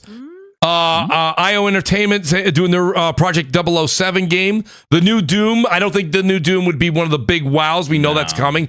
Final Fantasy Rebirth PC. Not a wow. Lies of P DLC. Great. Can't wait. Not a wow. Persona 6. That would be a wow, but I don't know. I don't know. If we had the a new trailer gameplay of Mafia, since he had it at the Gamescom, maybe we'll do that. But again, not a wow. Not a wow factor. Mooch. Yeah, crap. Mooch. What do you got? So anyway, like Jason Schreier, he was the one that Jason. He's the big. He's the one that said the big. Also, then he later said that people shouldn't read too much into the scale of the Game Award announcements. Well, here we go. He also mentioned that these announcements are for games that are quote 2 and shit years away. So, he's saying, okay, they're years away. It's don't read too much into them. He said, but it's worth noting that since many kind of funny hosts are PlayStation fans, Schreier's somewhat targeted these towards them. May have been alluding to major game announcements for PlayStation to try to throw the scent off of it or whatever. Obviously there's rumors of a Days Gone remaster. That's a weird one, Mooch. I saw the rumor of that, and I like that game, but it's like, why do a remaster of that game when you already updated it on the PS5 and you're not going to do a sequel ever? Right? It's a big game. It's long. Like it is. Listen. I love that. You guys know I got the platinum on it. Anything with zombies and post-apocalyptic, you can sign me up. How much time did you put into that? Crap, platinum, man. Crap, that was a very long game. When we got to that campsite at the end there, right after you, I can't say it. Spoilers, I don't know. You can't say anyways. After you find somebody, okay, I'll speak as big as I can. Right after you find somebody, I was like, oh, well, you know what? We'll do one more little mission here and we'll be on our way. No. How about another third of the game? All right, thanks. But anyways, here's one for you, Mooch, and the dreamers out there. What do you got? From Software will be there, maybe. It's going to be a Bloodborne remake. There we go. I said it for all of you. There we go. Now you can all be disappointed tomorrow when the Bloodborne remake doesn't come. But there we go. I can put the hope out there for you. Okay, so listen, you said that. Okay, listen, am I the only one? Again, I got the platinum in Bloodborne. I streamed it on Twitch. Listen, Slow-Mo, Forte, Jez, Crap. I know Crap doesn't care. He's not a Souls guy. No, but I'm not. Singer, I'm not in the Bloodborne. you're not. Well, here's my thing. Am I the only person that's a Bloodborne fan that wants? I want Bloodborne 2. It's not that I don't want. I don't care so much about Bloodborne, the original one, getting the 60 frame bump. I want Bloodborne 2. Am I the only one that feels that way? More people ask for 1 to be at 60 frames. And Slow-Mo, I ask you this. Like Slow-Mo, I mean, more people want 60 frames on the original than a sequel. I want the sequel. I mean, I'll take both, but I have to put one in front of the other. Yeah. Right? Yeah, I don't know what's going on. It's with Sony. It seems like the biggest no-brainer in the world to make one. To at least do a remaster of it. I mean, you look, and I like Until Dawn. I really, really like. I even bought my PlayStation 4 back in 2015. Yeah. When I first saw Until Dawn, I said, "Oh, that looks like a better looking Telltale game. I'll buy that. I'll get the system for it." But they brought back Until Dawn, which we saw from the hack sold less than Bloodborne. Not only did they bring back Until Dawn, they remastered it. They got a whole nother studio working on a sequel. Yeah. And they're doing a freaking movie. So it's just like, I like the IP, but really? Yeah. Like, that's a little much. It's a lot. And you won't even like unlock the frame rate on the game so that people on the PS5 can play it at 60 FPS. Like, right. Something's got to give at some point. I gotta feel like at some point it's got to be like there's some kind of like legal mishap or something going on with it. I want you guys to play it at 18 FPS and like it. maybe with them potentially or looking like leaning towards them buying Kadokawa, that this will happen. Well, that's it, right? They'll own everything. They'll own the developer that worked on the game, and they'll own the IP. They'll own everything, and they can just do it then. But I don't know. I'm in shock that nobody's excited about tomorrow's award for best esports coach. Yeah, I'm about as excited as that as I am for Microsoft partnering with a guy who plays darts. It's funny you should say that because I'm actually invested in it because I actually watch League of Legends esports because I play the game. Yeah, and the teams, the players, and I've already put my votes in. They have the coach. The same thing. You can't have a team without a coach. I mean, you guys remember last year when they nominated a coach who didn't coach at all that year? Oh yeah. This award show is so. This is like the worst award show that has like the most views. The thing is, though, didn't they miss stuff on the original announcements, like the Elder Tree or whatever the hell that is? Right? They called it something else. I don't know. What do you talk about? The thing is, this the DLC Esports has their own awards. Oh, God. No, go ahead, Singer. I don't get why he has it on there because they have their own awards. Because there's the Esports awards every year. But it's like I already know who's gonna win. I could give you all the mark it down right now. I could put money on it. I'll tell you exactly which one's gonna win. Best team will be SKT. Best player will be Faker, of course, because he's the most popular in the entire world out of all the esports players. Mm-hmm. He's basically the Michael Jordan of South Korea. So it's all the LeBron, hit wherever you want. So, hey, go for it. I mean, just remove all these because no one cares but like me and the other like 200 million people around the world who actually watch esports. But yeah. If he was LeBron, he would lose in the finals every other year. That's right. Oh, that's no, correct. He just wins. he just wins world championships back to back. No big deal. That's Jordan. That's Jordan. LeBron that's has Jordan. a winning record in the finals. Yeah. Don't talk about their games when they win. Best racer, best family game, best actor, best voice actor, and he's like just railing through the goddamn awards when he's on the side stage. He just reads them off a cue card. Well, don't worry. He's like, Here he comes.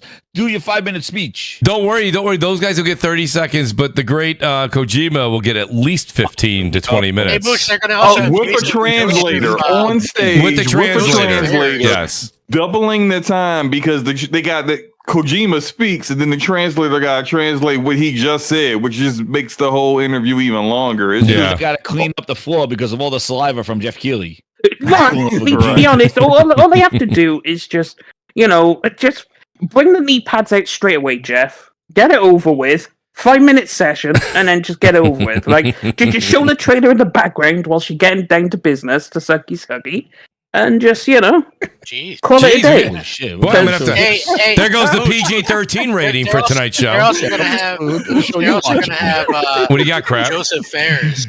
Oh, Joseph Fares is back? Announcing their new games, yeah. Oh, that's a big deal. Because, I mean, let's be honest. I mean, it's a big deal. I loved It Takes Two. I thought that was a great game. I did too. I just beat that this year. I beat, what was it? It came, well, I think I platinumed it the year after it came out. It's fantastic. I mean, Joseph Fares has a certain knack to his style game. It's a very, very underrated studio. Yes. They do those really great co-op games, man. I love those. They're so much fun. I also beat, what the hell is the one, A Way Out? That was awesome too. That was fantastic. Was A Way Out good?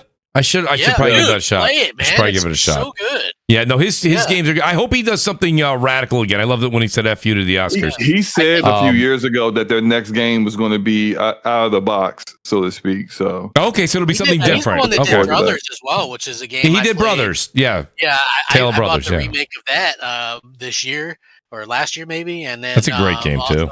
I played that game on Xbox One, on PS4, on Wasn't Xbox it on 360? Yeah, it was 360. Yeah, I played it on everything, man. It's that good because it had such a really good story and gameplay. Yeah, that's great that Fares is going to be there, dude. I think the more that you have, listen, the Hollywood people that show up, that's great, but we know what that is, right? That's just to get the names and the butts in the seats. I get that, and that's cool. If some of them actually do game, that's even better. Like the Henry Cavill and these other folks that actually game, that's awesome. But a lot of people come out there and they're like, "Hey, here's my new movie." Like when Matthew McConaughey came out there. Oh, of course I game. No, you don't. All right, so you also have a shout to the great Domino Zero. We were talking sports for a second. He said, "I hope Saquon breaks the record versus the Giants." Domino Zero, I don't want to hear anything. And by the way, I hope you're a Yankee fan because Juan Soto is a Met official today. Everybody, it's great. All you Mets fans out there, go ahead and light a match. We've been waiting a long time. J Hart RIC, he says, "I don't know why people are upset." Pardon me, I already read that one. Glassdoor Gamer says Indy maxed at, this was when we were talking about Indiana Jones. I thought I saw 24,000, 25,000. Listen, I wasn't following it. Glassdoor Gamer says Indy maxed at 12,000 concurrent users on Steam, which is really low. Xbox lost the console war and are now aiming at Steam, according to Tom Warren, the great terrible Tom. James Vincent, the great James Vincent, he says 350 people, now 370 people watching. Let's hit that like button. James, good to see you here. Get your Warzone up to snuff, buddy. We're going back in this weekend. The great James Vincent. All right. Why do you play Warzone when you can play Rivals? Well, listen, we'll get to. Well, you know what? Completely different game. Completely different. Slow mo. For one, yeah. Listen, I'm glad that Singer brought it up because before we go into the game, and I don't want to spend much time on it, Singer, because I know you'll literally do 45 minutes on this. But it's fun. And Singer, get your I know you have your defense papers ready, but slow mo. Me and you being the FPS guys, we like our first person shooters. We really dig that. I went and watched a little bit. I downloaded Rivals. I haven't really gotten to it yet. I'm not going to lie to you. But listen, it reminded the level design, map design really hit home. Reminded me of Overwatch. I'm not a huge Overwatch fan. That's fine. But I was like, you know what? I love Marvel. So the characters are luring me in. They're calling me in. But Singer, you're loving it. How do you distinct its differentials from the Overwatch, from the set piece? I'm not talking about the characters, of course, and their abilities. Of course, those are drastically different. But I mean, the set pieces, are they enough to separate themselves from what I'm seeing? Because I'm seeing a lot of people say I like it, but it reminds me of the level design, the map, things like that. It's so Overwatch. It's kind of taking a little away from me, but the numbers are still staggering. There's so many people playing the game. I mean, I kind of get that. I get that feeling. Like you could definitely see where the copy and paste came from, but they've done enough to it and supplied enough content, and the maps are pretty unique compared to Overwatch's maps. Like if you compare map for map, like you could it's the same general principle. Push the payload to the objective, right?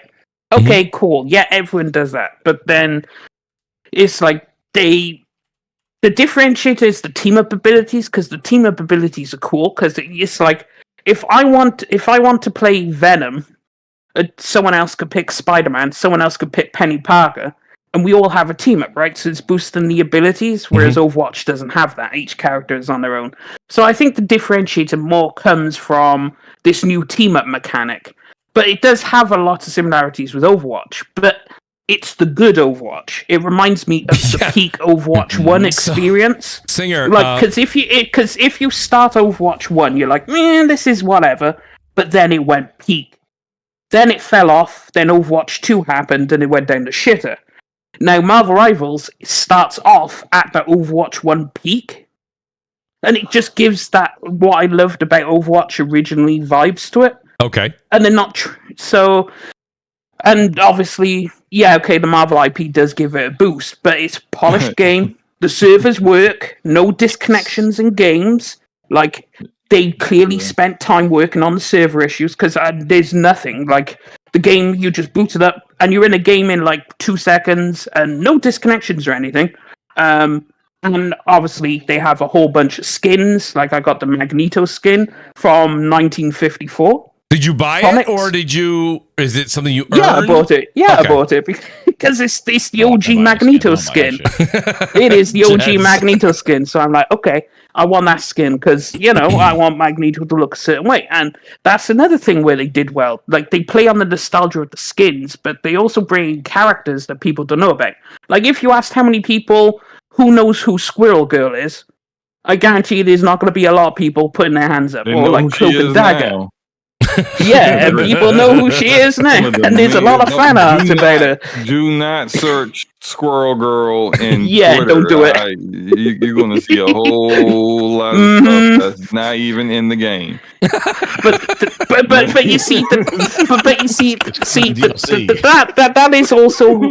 also comes kind of back to what I complained about Concord. See, this is how you actually do it, because the characters will just get their own momentum, and then the game will copy the momentum. And of course, like if you've seen Psylocke, one of Psylocke's skins, ooh, that was a day one purchase right there, because why wouldn't you not? And I tweeted you the skin, right, Mooch? The Psylocke skin? I don't. If you did, I don't remember. Was it today? No, it was when it first launched. Yes, I think. Yes, you did. Yes, you did. Yeah. But yeah.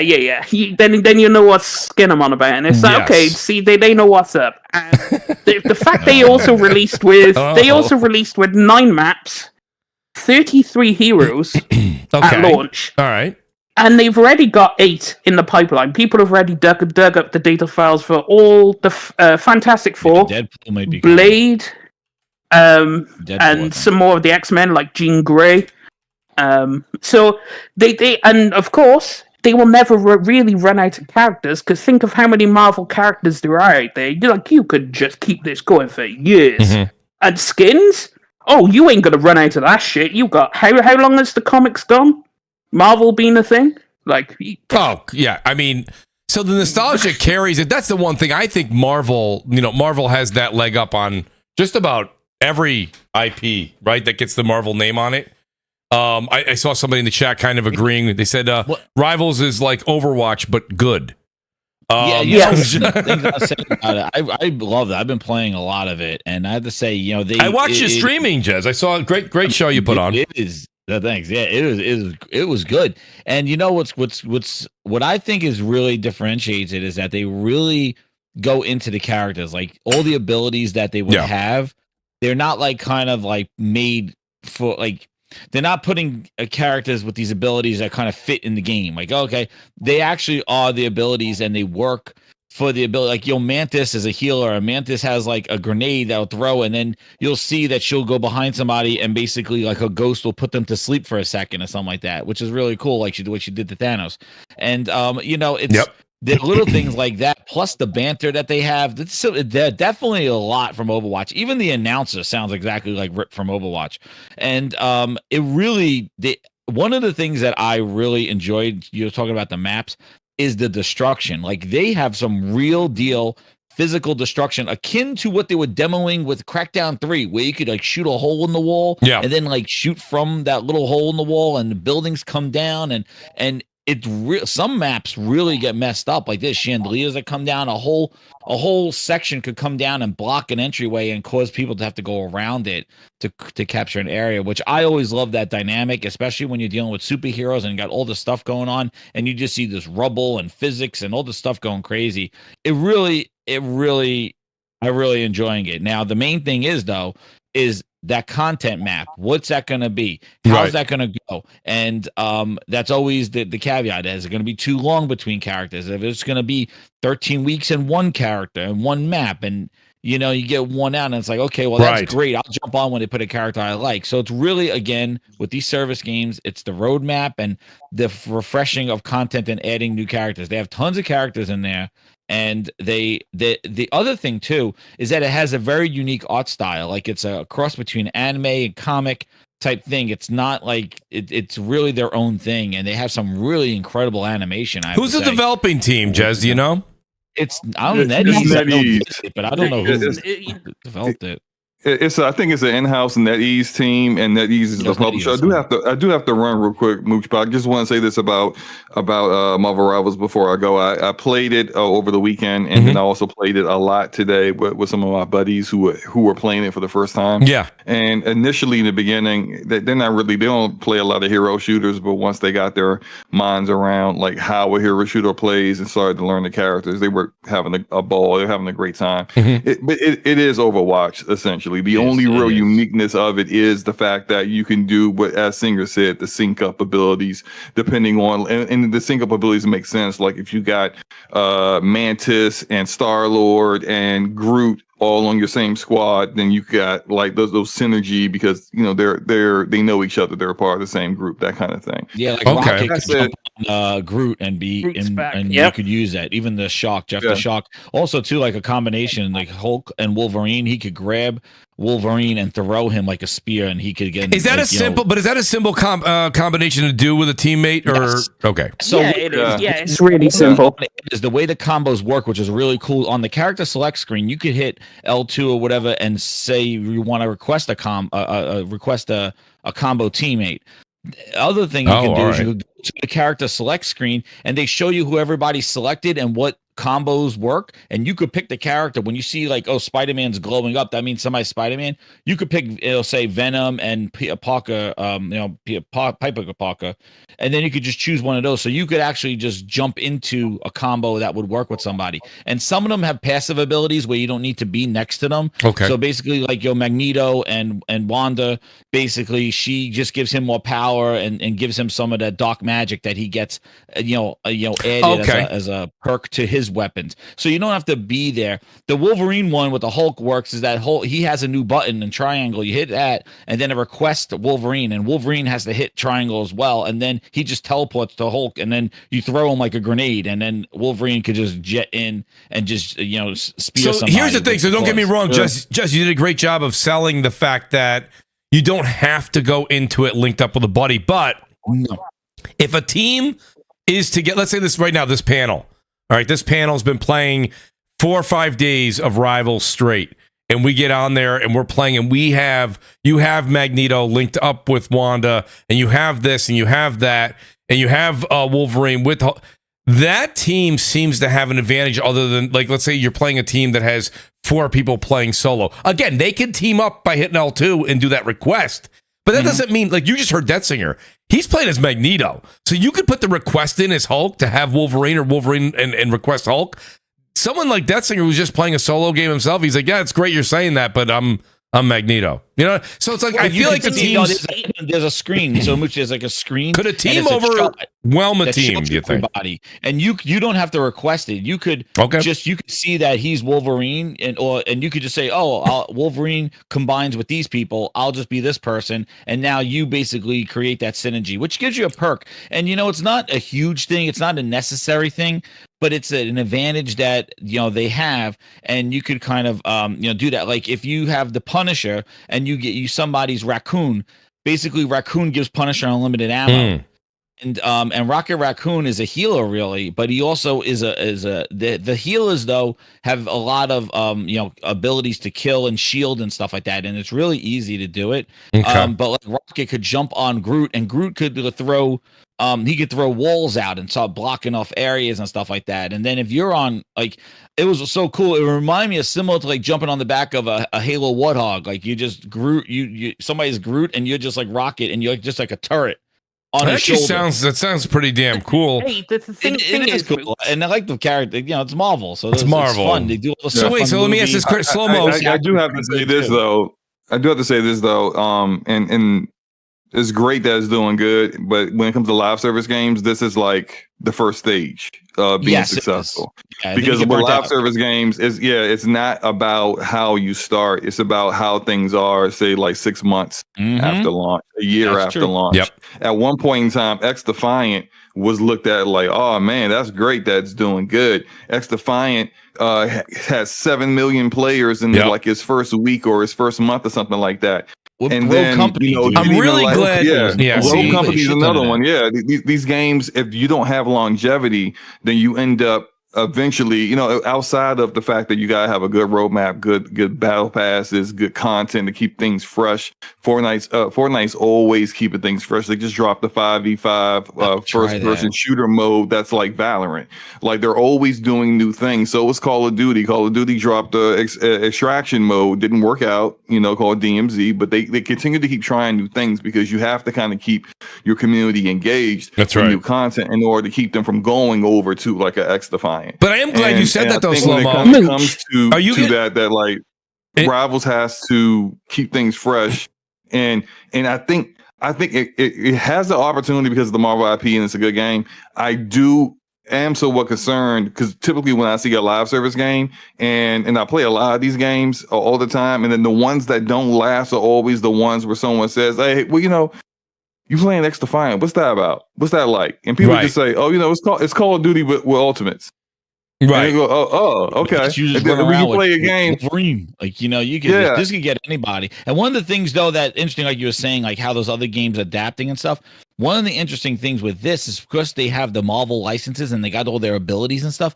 It's gonna those other games can't copy this. Like it's not a game mode where Fortnite could just do an update, go, okay, yeah, we do that now. So like that game's little perk is done. Yeah. This is now the characters, which that's something that nobody could copy because these are Marvel characters with their abilities. So Fortnite can't add. They could add some stuff like that, but it's not going to be this game. And I think that they have a good, and one of the other things that they've done right with the service thing is that all the characters are available. It's not that whole multiverse where like we're going to make 4 of the characters available this week and next week we'll make the other 4. And then you could grind on this character so that you could unlock more of them and use tokens to unlock. Dude, they're all unlocked. So you could play anybody, anytime. Like it's done. Like there's none of this kind of like only characters are available, which they've done. That's right. So like basically it's just the skins and the battle pass. It's not supposedly timed. So basically if you buy a battle pass, you could just unlock it with tokens whenever you want. There's no season to it. They got that from Halo Infinite, which is a good idea. That's probably one of the very good idea that Halo Infinite started with that, where you just go to the battle pass whenever you run to unlock it. Yeah. Well. Helldivers 2 does it. I don't know if I don't know if you. Oh, Slow-Mo, you got to bounce. Have a great night. All right, Slow-Mo, thanks for being here, buddy. I appreciate it. Hey, Mooch. Go ahead, Singer. Thank you, Slow-Mo. Thing is, it's like even if no one teams up, it's like it's still down to the individual team at the end of the day. Like a team up ability won't make you better at the game. It's just an extra tool to use whilst you're in the game. So it's like when I go into Champ Select, I pick not on team up, but it's like if it's one of the heroes I play, because I don't play all of them, I play only the ones I like the mechanics and whatnot of, and it's like, okay, so if there's a Scarlet Witch, that's great, it just makes my life better. But if there isn't a Scarlet Witch, I'm not begging for it because I already know what my job is. I know what to do, know how to position. Do you think? But let me ask you a question. Let me ask you a question, Singer, and then I want to hear what Crap and Forte got to say. And just, I have a feeling I know what you might say on this. But Singer, do we need to get to a point right now where Slow-Mo said it? He had to leave. I wanted to kind of ask him if he was going to double down on it, which was, you know, we look at these opening weekends on these free to play games, and everybody does what they always do, right? It's kind of like it gets a lot of attention, big headlines, people click on the articles, people click on the videos. I get it, but like you see, like 750,000 people playing Marvel Rivals. What a success! But like he showed you with X Defiant how it started and where it is now. And do we need to stop using Steam concurrent as a metric, or we need to use it for these types of multiplayer games over courses of weeks, if not months, to see if it sustains? It doesn't have to hold 1 million at all times playing, but it needs to hold a threshold before it drops, you know, like a lead balloon. Do you know what I mean, Singer? Like we see this over and over and over. Remember, not only X Defiant, but then there was also not quite the same thing. First Descendant, right? First Descendant was absolutely unbelievable. The numbers on Steam, concurrent numbers when it first came out, and now that number's down, right? So I mean, like, where do we hold that number that we're seeing that makes such big headlines the first weekend? Is that something that you still think should be a way to measure? Yeah, I mean, it measures the success of the game, but it's like also a success of a game is, as Slomo said, the longevity. The thing is, Marvel Rivals has already revealed part of their roadmap, right? We're currently on season 0. Season 1 comes out in January, and there's going to be new maps, new heroes, new team up abilities, and everything else. So, I'm not picking on Marvel Rivals here at all. I'm actually just I'm discussing how we measure the success of a game, and we're using Steam concurrent.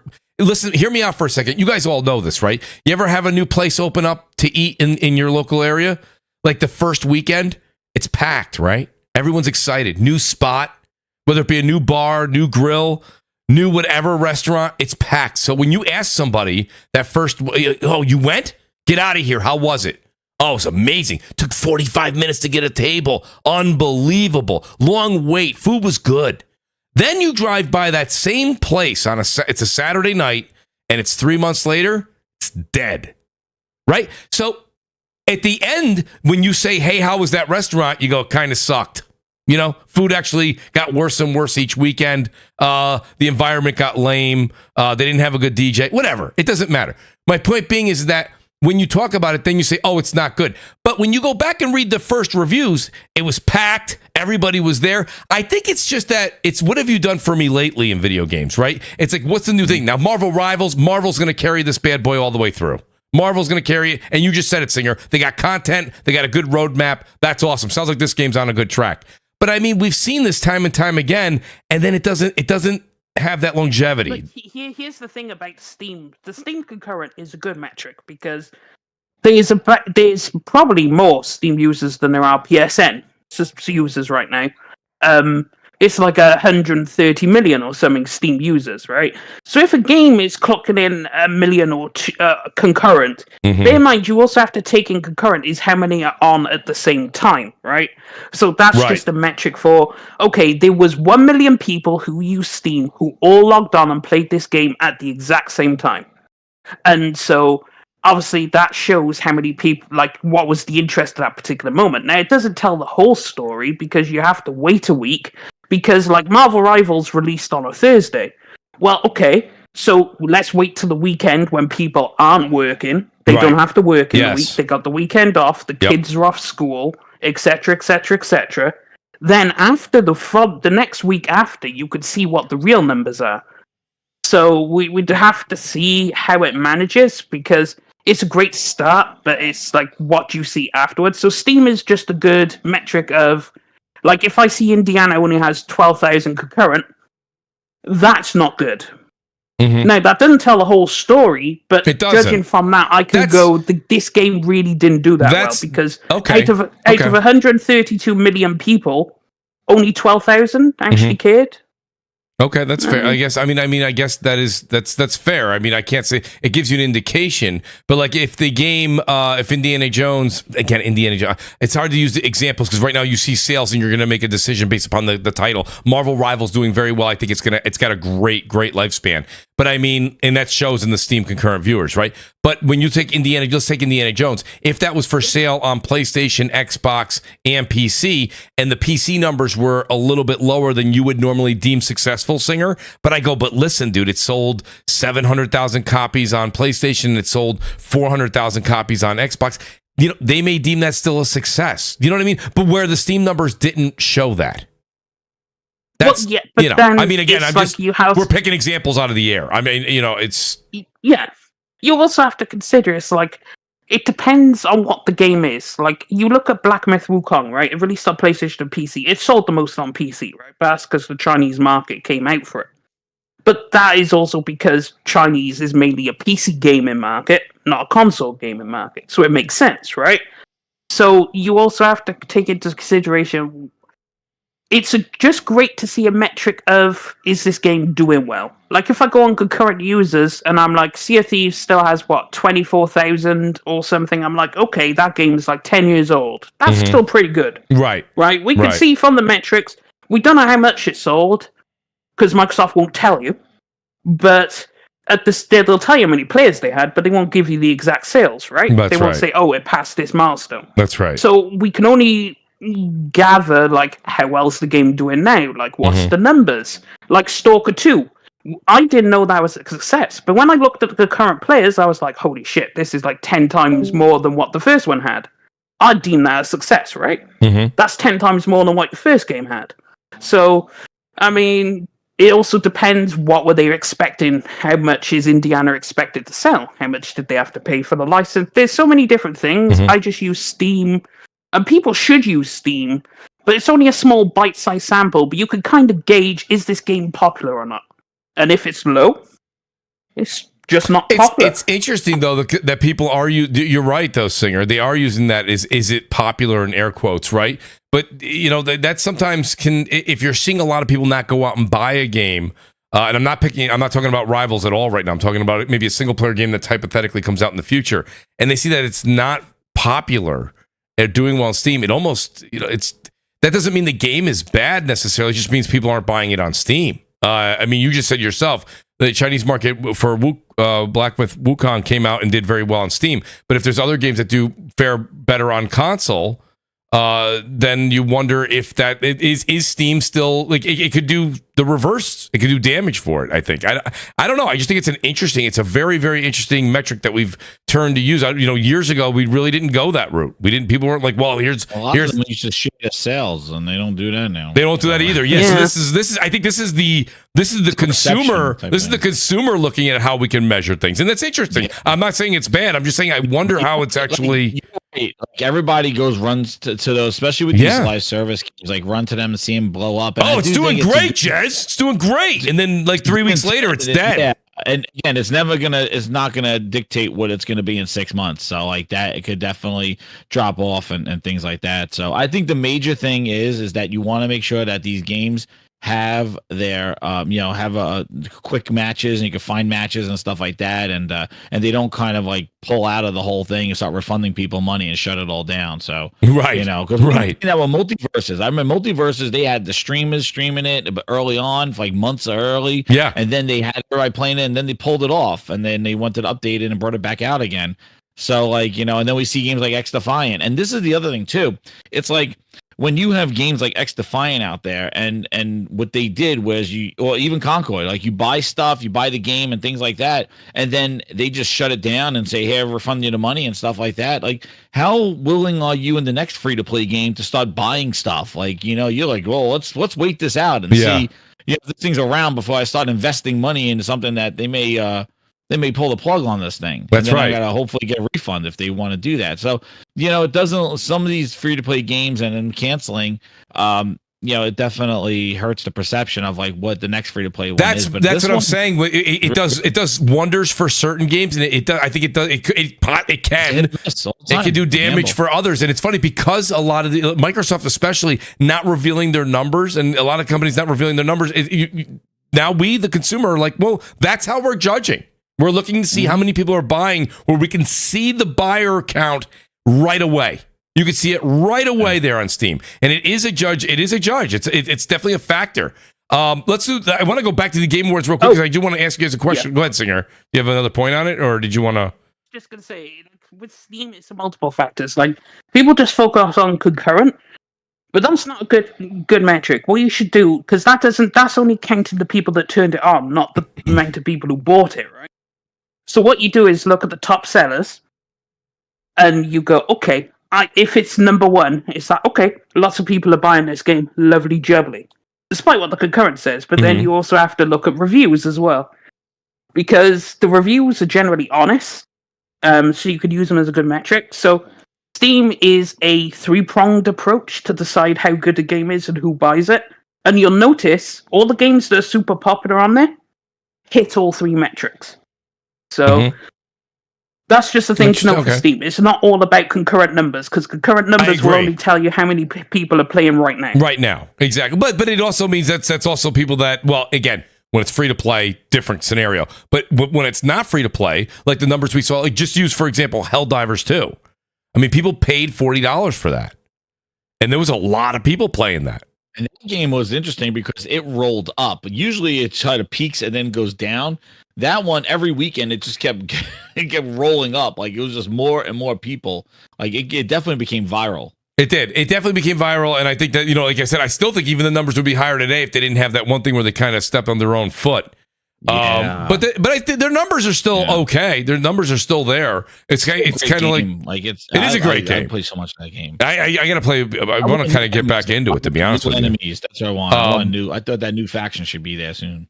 Agreed. So let me ask you, Jez. I'll go with you first. Forte, get ready. You're going to get on the hot seat too. So the Game Awards. You can't have a Game Awards pre-show, right, or Eve show without talking about it. So Metaphor Refantazo, right? Astrobot, Black Myth Wukong, Final Fantasy VII Rebirth, Elden Ring Shadow of the Erdtree, and Balatro are the games, Jez. What do you think? What's going to take it home at the end of the day? I think it's going to be Final Fantasy.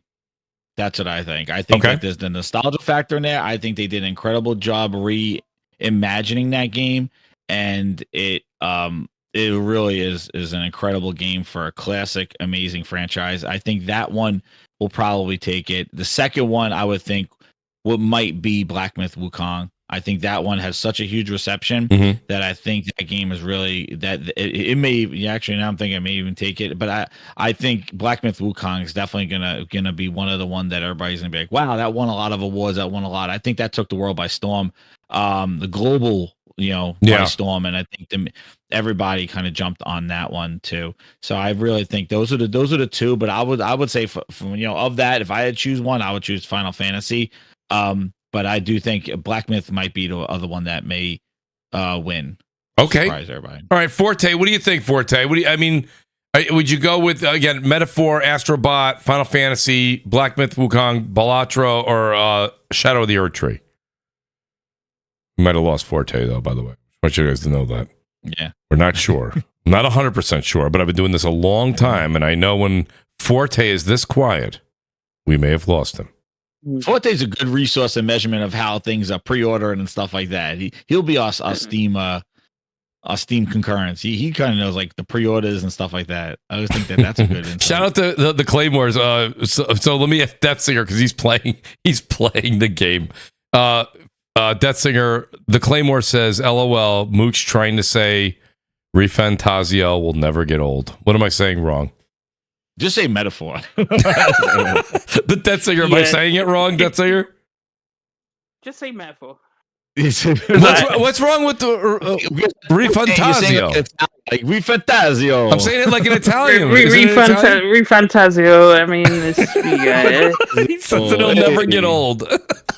Apparently, Italian is for the Italian. I love when I say things wrong. I apparently say, like, remember Wolfenstein? Oh yeah, Wolfenstein. It's Wolfenstein.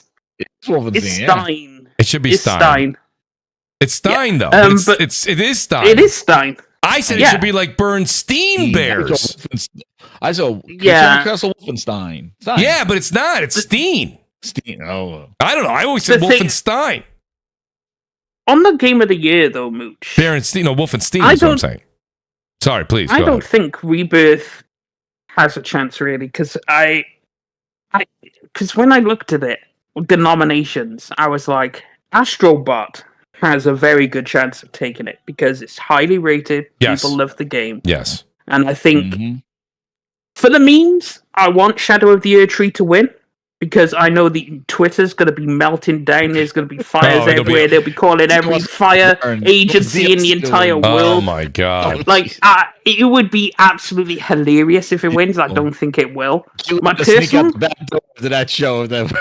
Oh, you know, Jeff is going to go into protective custody. They're going to have vans coming in. They're going to have an entire bodyguard unit, snipers on the rooftops. You know, this man's going to get taken out by. Jay Barry says, Singer, you shut your mouth right now. The thing is, it's like, as good as Rebirth is, it's like, the way the critics spoke about it, I would say they would probably pick Astrobot over Rebirth. Because bear in mind, there's a whole bunch of outlets, and if you notice, they haven't announced who's judging this year. The things on the website are from last year. He hasn't said who's on the judging panel this year. So you also have to take into consideration that, like, Black Myth has a very good shot because that took a bunch of stuff, and it won the Golden Joysticks, which admittedly is fan voted. But the same Rebirth was up there. But the fans, the Chinese audience, came out and voted for Black Myth Wukong, and you can't fight that. So I mean, it would be Black Myth or Astrobot. So you're Shadow of the Erdtree. So Death Singer, you make an interesting point. By the way, the great Jay Barry is here. He says, "Mute Singer, I'm yelling this right now in my house." But I will say this: so Singer, you think Black Myth Wukong kind of snuck in there based upon the player vote? It did go on the player's voice. It got voted there. All those other games kicked off. Because the thing is, the Golden Joysticks, I was expecting something else to win, right? And then I looked at what won Game of the Year, the Golden Joysticks, and it was Black Myth. I think Black Myth Wukong probably is I think that ends up being the winner. I don't know why I've got this gut feeling. I mean, if we were in Vegas, that's where I put my money. I think it's going to be. I want it to be Final Fantasy VII Rebirth, and I'm not saying that just because the great Jay Barry is here in the chat. I mean, I personally want it to be Metaphor ReFantazio because that's my favorite game out of all those games there. Admittedly, I haven't played some of them, but it's like Metaphor is a fantastic game, and I'm glad it got nominated, and it should win. But it's not going to. And something inside me, ever since they did the announcements and he changed the rules, I was like, why now choose to change the rules for DLC? Because Cyberpunk had its DLC. Fantastic. Listen, here's the thing. Death Singer, the reason probably is a few things, right? Money. I mean, Shadow of the Erdtree price sold like hotcakes. You also had every streamer in the world not only play the DLC, but they all did. A lot of them didn't. Not, of course, not the Souls channels, but a lot of gamers that have big channels didn't play Elden Ring, and they went back and played through Elden Ring to prepare for Erdtree. So, I mean, this was let's not have short-term memory. This was a monumental type of DLC. You know, we say, oh, wait a minute, the Witcher DLC was phenomenal. You're correct. Oh, wait a minute, this other DLC was phenomenal. You're correct. But did it have the impact that this one has? I don't remember a DLC that literally took over the airwaves for 2 or 3 months. I mean, that is substantial. Do I think it should be allowed? No. I think DLC should have its own category. But at the same time, it is there now. You say that because Gold Joysticks had Best Expansion, and they have a category for Best DLC and Expansion, and rightfully Shadow of the Erdtree won. Right. Now, the thing is, I could see it, Shadow of the Erdtree winning tomorrow. I could see that. That is a total possibility. That is real. Like, no one needs to discount Shadow of the Erdtree. That is a distinct possibility. Like, if I had the percentage odds, I'd say, Astrobot has, like, 20%, then you have Black Myth has like 40 or 30. Like, I'd give Shadow of the Erdtree like 30 or 40, and then everything else takes up the rest. But it's like, I would see Astrobot, Black Myth, or Shadow of the Erdtree winning. That's just my gut feeling right now. I've been feeling it for weeks. Ever since they did the announcement, something inside me has gone, Shadow of the Erdtree is going to win, right? And that feeling has stayed with me. Nothing's changed. So I'm going to sit back tomorrow, and if Shadow of the Erdtree wins, I'm going to be immediately on Twitter laughing. But also, I mean, I know Barry loves Final Fantasy 7 Rebirth. Yes. I mean, everyone knows my feelings. I'm on the fuck Square Enix hate train, and I've been on it for years. And I'm going to still be on. They need to burn Square Enix to the ground, personally. But I mean, you're such a you guys don't realize Destiny's such a nice person, and then he gets so angry at video game companies. I love it. So what are you guys doing? So Jess, what are you doing tomorrow? Let's talk about the event itself because it is exciting. I'll have to see now. I have an event to have to go to, so I'm probably gonna have to not see it live. I might catch some of it. I wanted to stream it, but we'll see. I might just do a post show after. Honestly, I got to tell you, and shout out to Jay Barry. Guys, go over and check out Jay Barry and the great game Persona Speaks. You guys know Game with Persona. They're going to be streaming it live. I got to tip my cap to these guys and to you, Jez, if you ended up doing it. And I know Forte and shout out to Forte Slum. It is so long, and to listen, I've done the Xbox showcases. I did all the PlayStation ones. We did them when they were on the same day, back to back, or when they used to be. Sometimes Sony used to go at night, and Xbox was in the afternoon, and then sometimes Xbox was in the afternoon, and Sony was the next day at night. We used to do those all the time, and we covered the EA and that. This is a long 4 hours, Jez. I mean, that is an unbelievable. I can't believe a lot of these guys are going to stream this because a lot of it, let's be honest, a lot of it's entertainment, right? Movies, music. Yeah. It starts at 7, right? I think 7? So. If they're doing what they usually do, don't quote me, guys. I don't have it here in front of me. I should have looked it up. That singer, Jez, do you mind looking it up? Usually they do that whole thing. What's that girl's name? Sydney, whatever her name used to be on the IGN. She does a great pregame. Right, red carpet pregame kind of thing, and they do some of the award. They announce some of the I don't want to say smaller awards, but same thing that the Oscars do, same thing that the Emmys do. All the big awards the smaller awards they mention, in that hour, and they have some really cool guests come up, and she interviews people, and then at 8:00 it generally goes and shifts over to Jeff. I don't know if I have my times right, but I think they do a great show. Let me see. I have 7.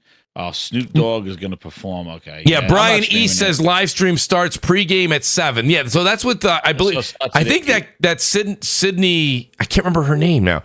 She's been doing this since Jeff really kind of made this mainstream, and she does the 7 to 8, and then he comes on at 8:00. So they'll have they'll have people that are performing. They'll have some of the smaller games awards. Said who won that. And then it goes right into that. I like this award show. I understand everybody complains, and that's fine. So we're in the era of complaining. That's fine. But say, oh, there's too much music or there's too much emphasis on Hollywood. But the fact that Jeff really was able to get this thing that was from like Crap was saying earlier on Spike TV. We went from that Spike TV that everyone was kind of thought it was comical, Jez, to this is mainstream, man. I mean, there's big names come to this, big music. Yeah. Big Hollywood people. I know gamers they know the gamers read right through the line. So gamers are like, yeah, this is all just, propaganda because these guys don't play games. That's fine. But I mean, listen, even when you watch the Emmys or the Oscars, when a lot of these people get up to accept their award and they're complimenting some of the other shows, they're not watching all those other shows. I mean, so it's not always what it is. So I think it's great. There it is. Sydney Goodman. Thank you, Phantom Thief. I appreciate that. I think she does an outstanding job. She does a great pre-show, and then Jeff takes over. And, Jeff should do it, but he should have more people coming out and doing some other, because, I don't know. Jeff's, he's like a straight man for a joke setup, right? Last year he had that other girl. It wasn't Sydney. It was another girl that would go back and forth. Last year he did that. He had a co-host. He had a co-host? Yeah, I think last year he did. Oh, jeez, I don't remember. Yeah, there was like another girl. I don't know who it was, but it wasn't the Sydney one. It was somebody else last year he had. But last year's show was rough. Like, I don't know. Like, I think we're due. Like, I think given the time and the gaming community and seeing, with the time, I think the whole COVID stuff, everybody, they're still in the struggle going on, with the decision they made. But I do think game announcement wise, we're in the middle to a halfway point of this generation. They got a Pro coming out, the Switch 2 on its way. That's right. And you know, whatever Xbox is cooking for the next 2 or 3 years, like we're kind of at that second point that, and these studios have been quiet. A lot of them have been. Yeah. And we're starting to see that stuff. So I really think that, you know, the first wave, a lot of it was, some of it was cross-gen. Like, I really think that, hey, there's no E3 anymore. So, like, this should be it. Like, I think we're due. Like, I think it's wow. The stars are aligned that there gotta be these. So you're expecting to see a big to do. I'm from just saying, timing wise, like, you would think that, hey, if it's now or when, like when the Summer Games Fest, like again, like I don't know, like I don't. I just feel, and also the games that we know are in 2025 are for now, right? Are in 2025. I think next year is set up to be an incredible year, unless we start January 1st and we're delaying it to 26. You know, or we find out tomorrow a bunch of games get pushed to 26. But yeah, hey, I think that we're kind of like, the stars are aligned. Like, it's kind of due. Like, he may have a lot of stuff to show. 25 is looking to be a phenomenal year, Jez. Just an absolute phenomenal year. Like, it's, you know, like, I think just with knowing Death Stranding 2, Ghost of Yotai, and then, you know, Metroid, and then even you gotta look at the Xbox with Fable. That's and you know, I don't know about Perfect Dark, but like, you know, you're looking at some stuff next year. Like, if these are really coming out, that's just from them. Mm-hmm. You got to think everybody else. I don't think Ubisoft has Assassin's Creed, but I think that's gonna be the last of Ubisoft. Mm-hmm. I think that, but like, you know, I just think, like, I don't know, man. I'm just sick of waiting. Yeah, that's what I'm sick of. I'm like, you know, like, stop having these shows and give me a little taste and a little this. Listen, Jez, enough. Listen, when COVID was a thing and it did its thing, man, once they got rid of the live show, when you were live, okay, and you have somebody presenting up on stage right there, and you could see they're sweating and they're up there. Mm-hmm. They know that a lot of people are watching. And I'm not talking about the Game Awards show. I'm talking about Xbox and PlayStation when they used to do their live shows. They were on the hook to show us something and something great, right? Because you're right there. You don't want to get booed off stage. Now, the audience. It's like, hey, watch our 10, 15, 20, or in Xbox's case, 35, 45 hour show. And, you know, you like it. You don't like it. Just, you know, thumbs it down and we'll move on. We'll see you guys in 6 months. You know what I mean? It's like, I just feel like that sense of urgency, just that we want as consumers, they lost that. They all lost that. They don't have, because they're not under the gun anymore. They're not under the lights. You know? They're not. You know, and do it where they can release it when they want to release it. And what's crazy, they have so much control over it because they don't have to be a live audience. They don't have to have an on-stage demo. They don't have to entertain like a whole bunch of people live there. They could just be like, hey, here, put a video out there. You know, if it has bad dislikes, we could shut off comments. Like, we could do all that kind of stuff. Right? They can fixate it so that it works to their advantage. Shout out to Vicky Bengali. Vicky's she's all riled up. She says best art director, Balatro, best game, Balatro. Listen, I don't really care what game wins tomorrow. I think I would only have a problem with Balatro.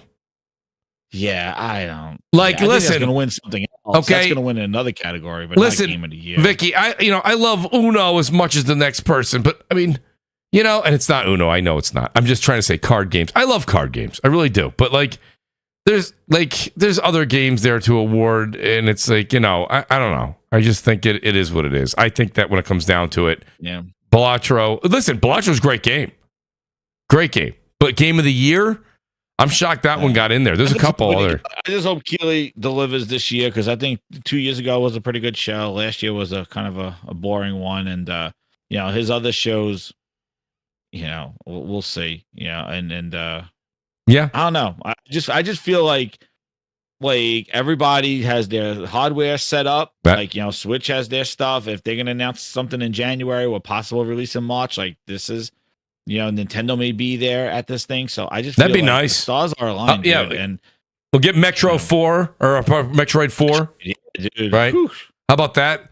Stopping by. I was going to get into it. We kind of discussed it already, Jez. But do you think there's an impact? Real quick, yes, no answer. Don't have to get too deep into it, but do you think there's a big impact? And do you think it will happen that Sony does acquire Kadokawa? Hope I'm saying that right. Let me take a look. I don't even have the. I don't. Kadokawa.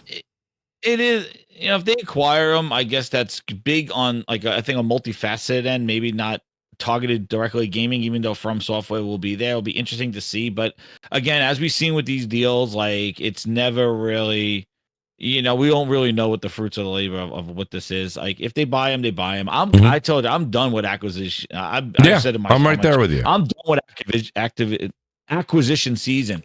I don't give a shit about people buying anybody. I think it's worse. I think we've seen more franchises, more studios, more games get canceled and shut down.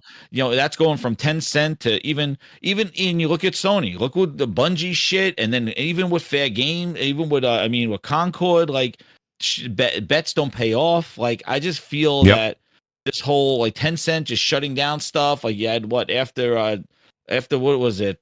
For Saints Row, like Volition, you're done. Like just erase them from existence.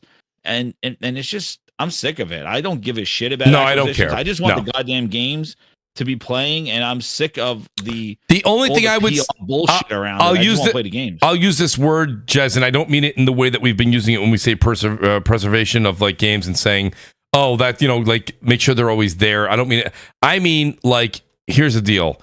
If that company felt they were going to get absorbed by some other entity and they felt that other entity was going to not do it justice, I'll give you an example. What was it there? Embracer Group, right? Embracer went and bought a bunch of publishers, developing teams, right? And then they closed them down. Those games are gone, Jez. They're gone. Right? So the only thing I will say about whether Microsoft or Sony acquires publishing teams, developing teams, keep them open. Or if you're closing the studio down, take that talent. I said this a long time ago when the whole thing first started coming out about Bethesda, okay, before the Activision stuff. I said talent doesn't grow on trees, Jez, okay? It just doesn't grow. So, IP, you can always make a new IP if you have the chef. If you can always open a new restaurant if you have an amazing chef. You can always make a new IP that's great if you have a talented team. So take that team and utilize them and save them, and also take great games like Dark Souls, or you have Elden Ring, or you have these other games that are out there, and you say, preserve these, make these so they never go away. Keep that going, keep that fanfare going. If that's something that these acquisitions can do, Jez, and that alone, that is something that I would say, if they're in fear of being taken over and then losing, like Tencent's done that a number of times. A few people have done it. You know what I mean? Embracer Group. Xbox had it with some of the Tango GameWorks. PlayStation's had it with Firewalk. I just feel like the companies though that they're buying, like the ones, really, I don't feel like Sony's. I thought was definitely a little more some of what was strategic. I do think a lot of it though was knee jerk, or some of the pressure and stuff like that. But I think like the Tencent and Embracer, I feel like they're just people with money that just want to just absorb, and they don't know what the hell to do with it. It's like a buffet where you just go. Mooch loves the food analogy. You just go to a buffet. And you're like, yo, everything was good. You just throw it on the plate and sort it out later. Like your mashed potatoes. With my ribs on top of the mashed potatoes. Like I'm just gonna grab all this shit. I don't know what I'm gonna do. And you don't even eat what's on your plate. You don't even eat it, and then you sit down and go, oh, look at this disaster. Like, you're not trying to make like, I'm going to make like an Asian plate. I'm going to make like an Italian theme. Right. No, you just grab everything from the buffet and just take it all back and then look at it and go, oh, shit, I don't want all this. Like, I just want the ribs. Like, and it's sitting on a bed of potatoes and mash and friggin' like macaronis and shit. Like it doesn't make sense. No, you're right. So I feel like these companies are like,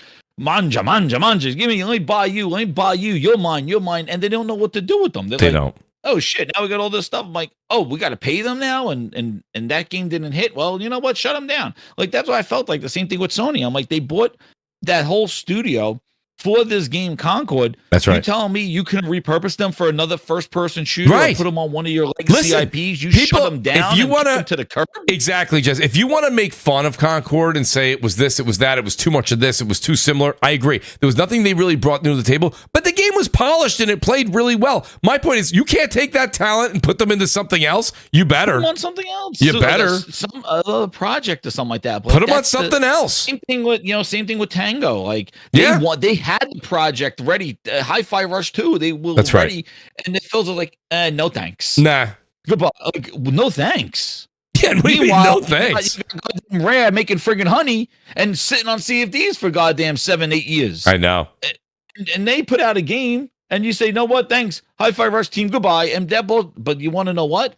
Whoever picked them up, Nabisco, what the hell?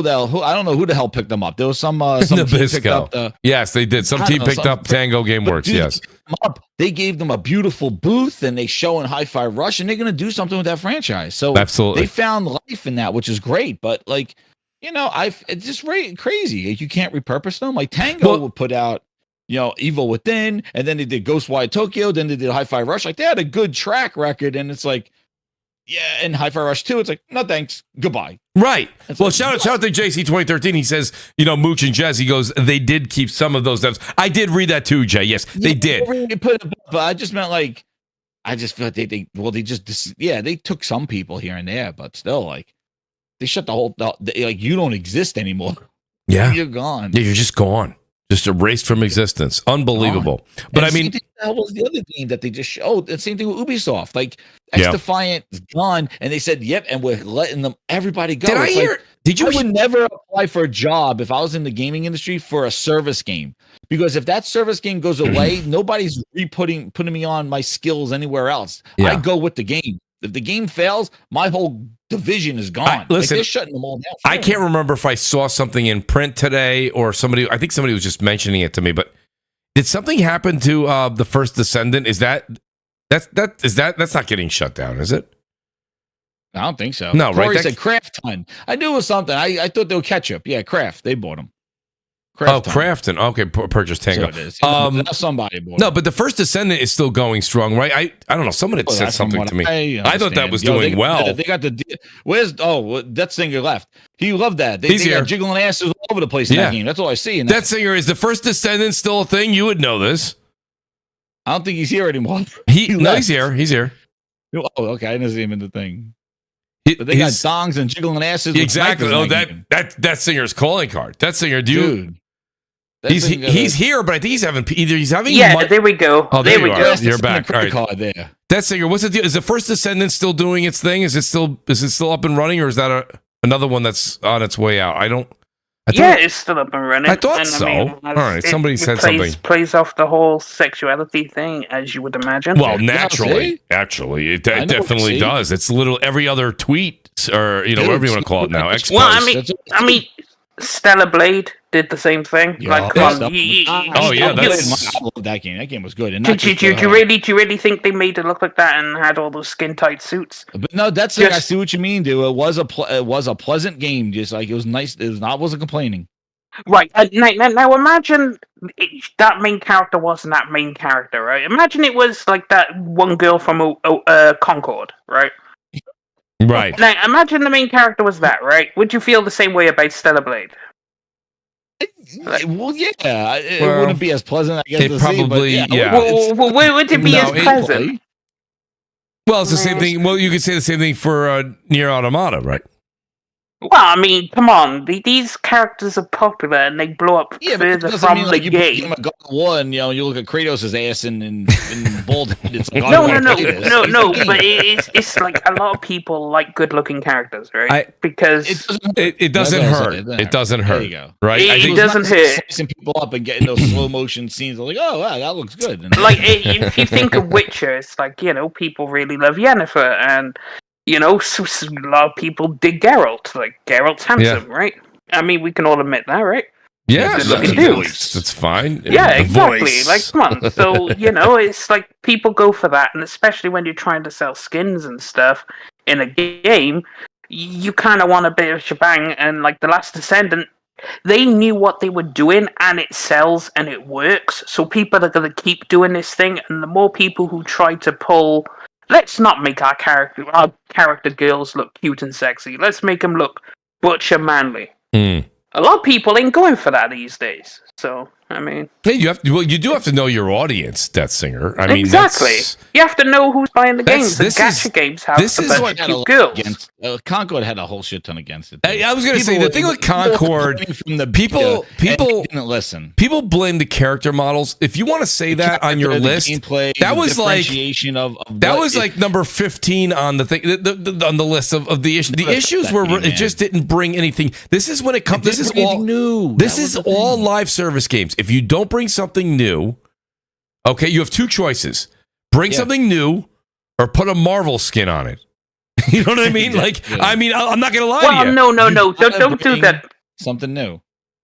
Don't do that, because they did bring something new, which is the team-up mechanic, and also how the maps are dynamic. Like, if you play on the Venom map, like, randomly walls will cut you off. Like, say you're retreating backwards. Listen. I'm joking, of course, but I'm just saying. No, Destiny, you've got plenty of ammunition to say where it's different. I'm just saying to you that we said this before Marvel came out. Me and you spoke about this 2 weeks ago.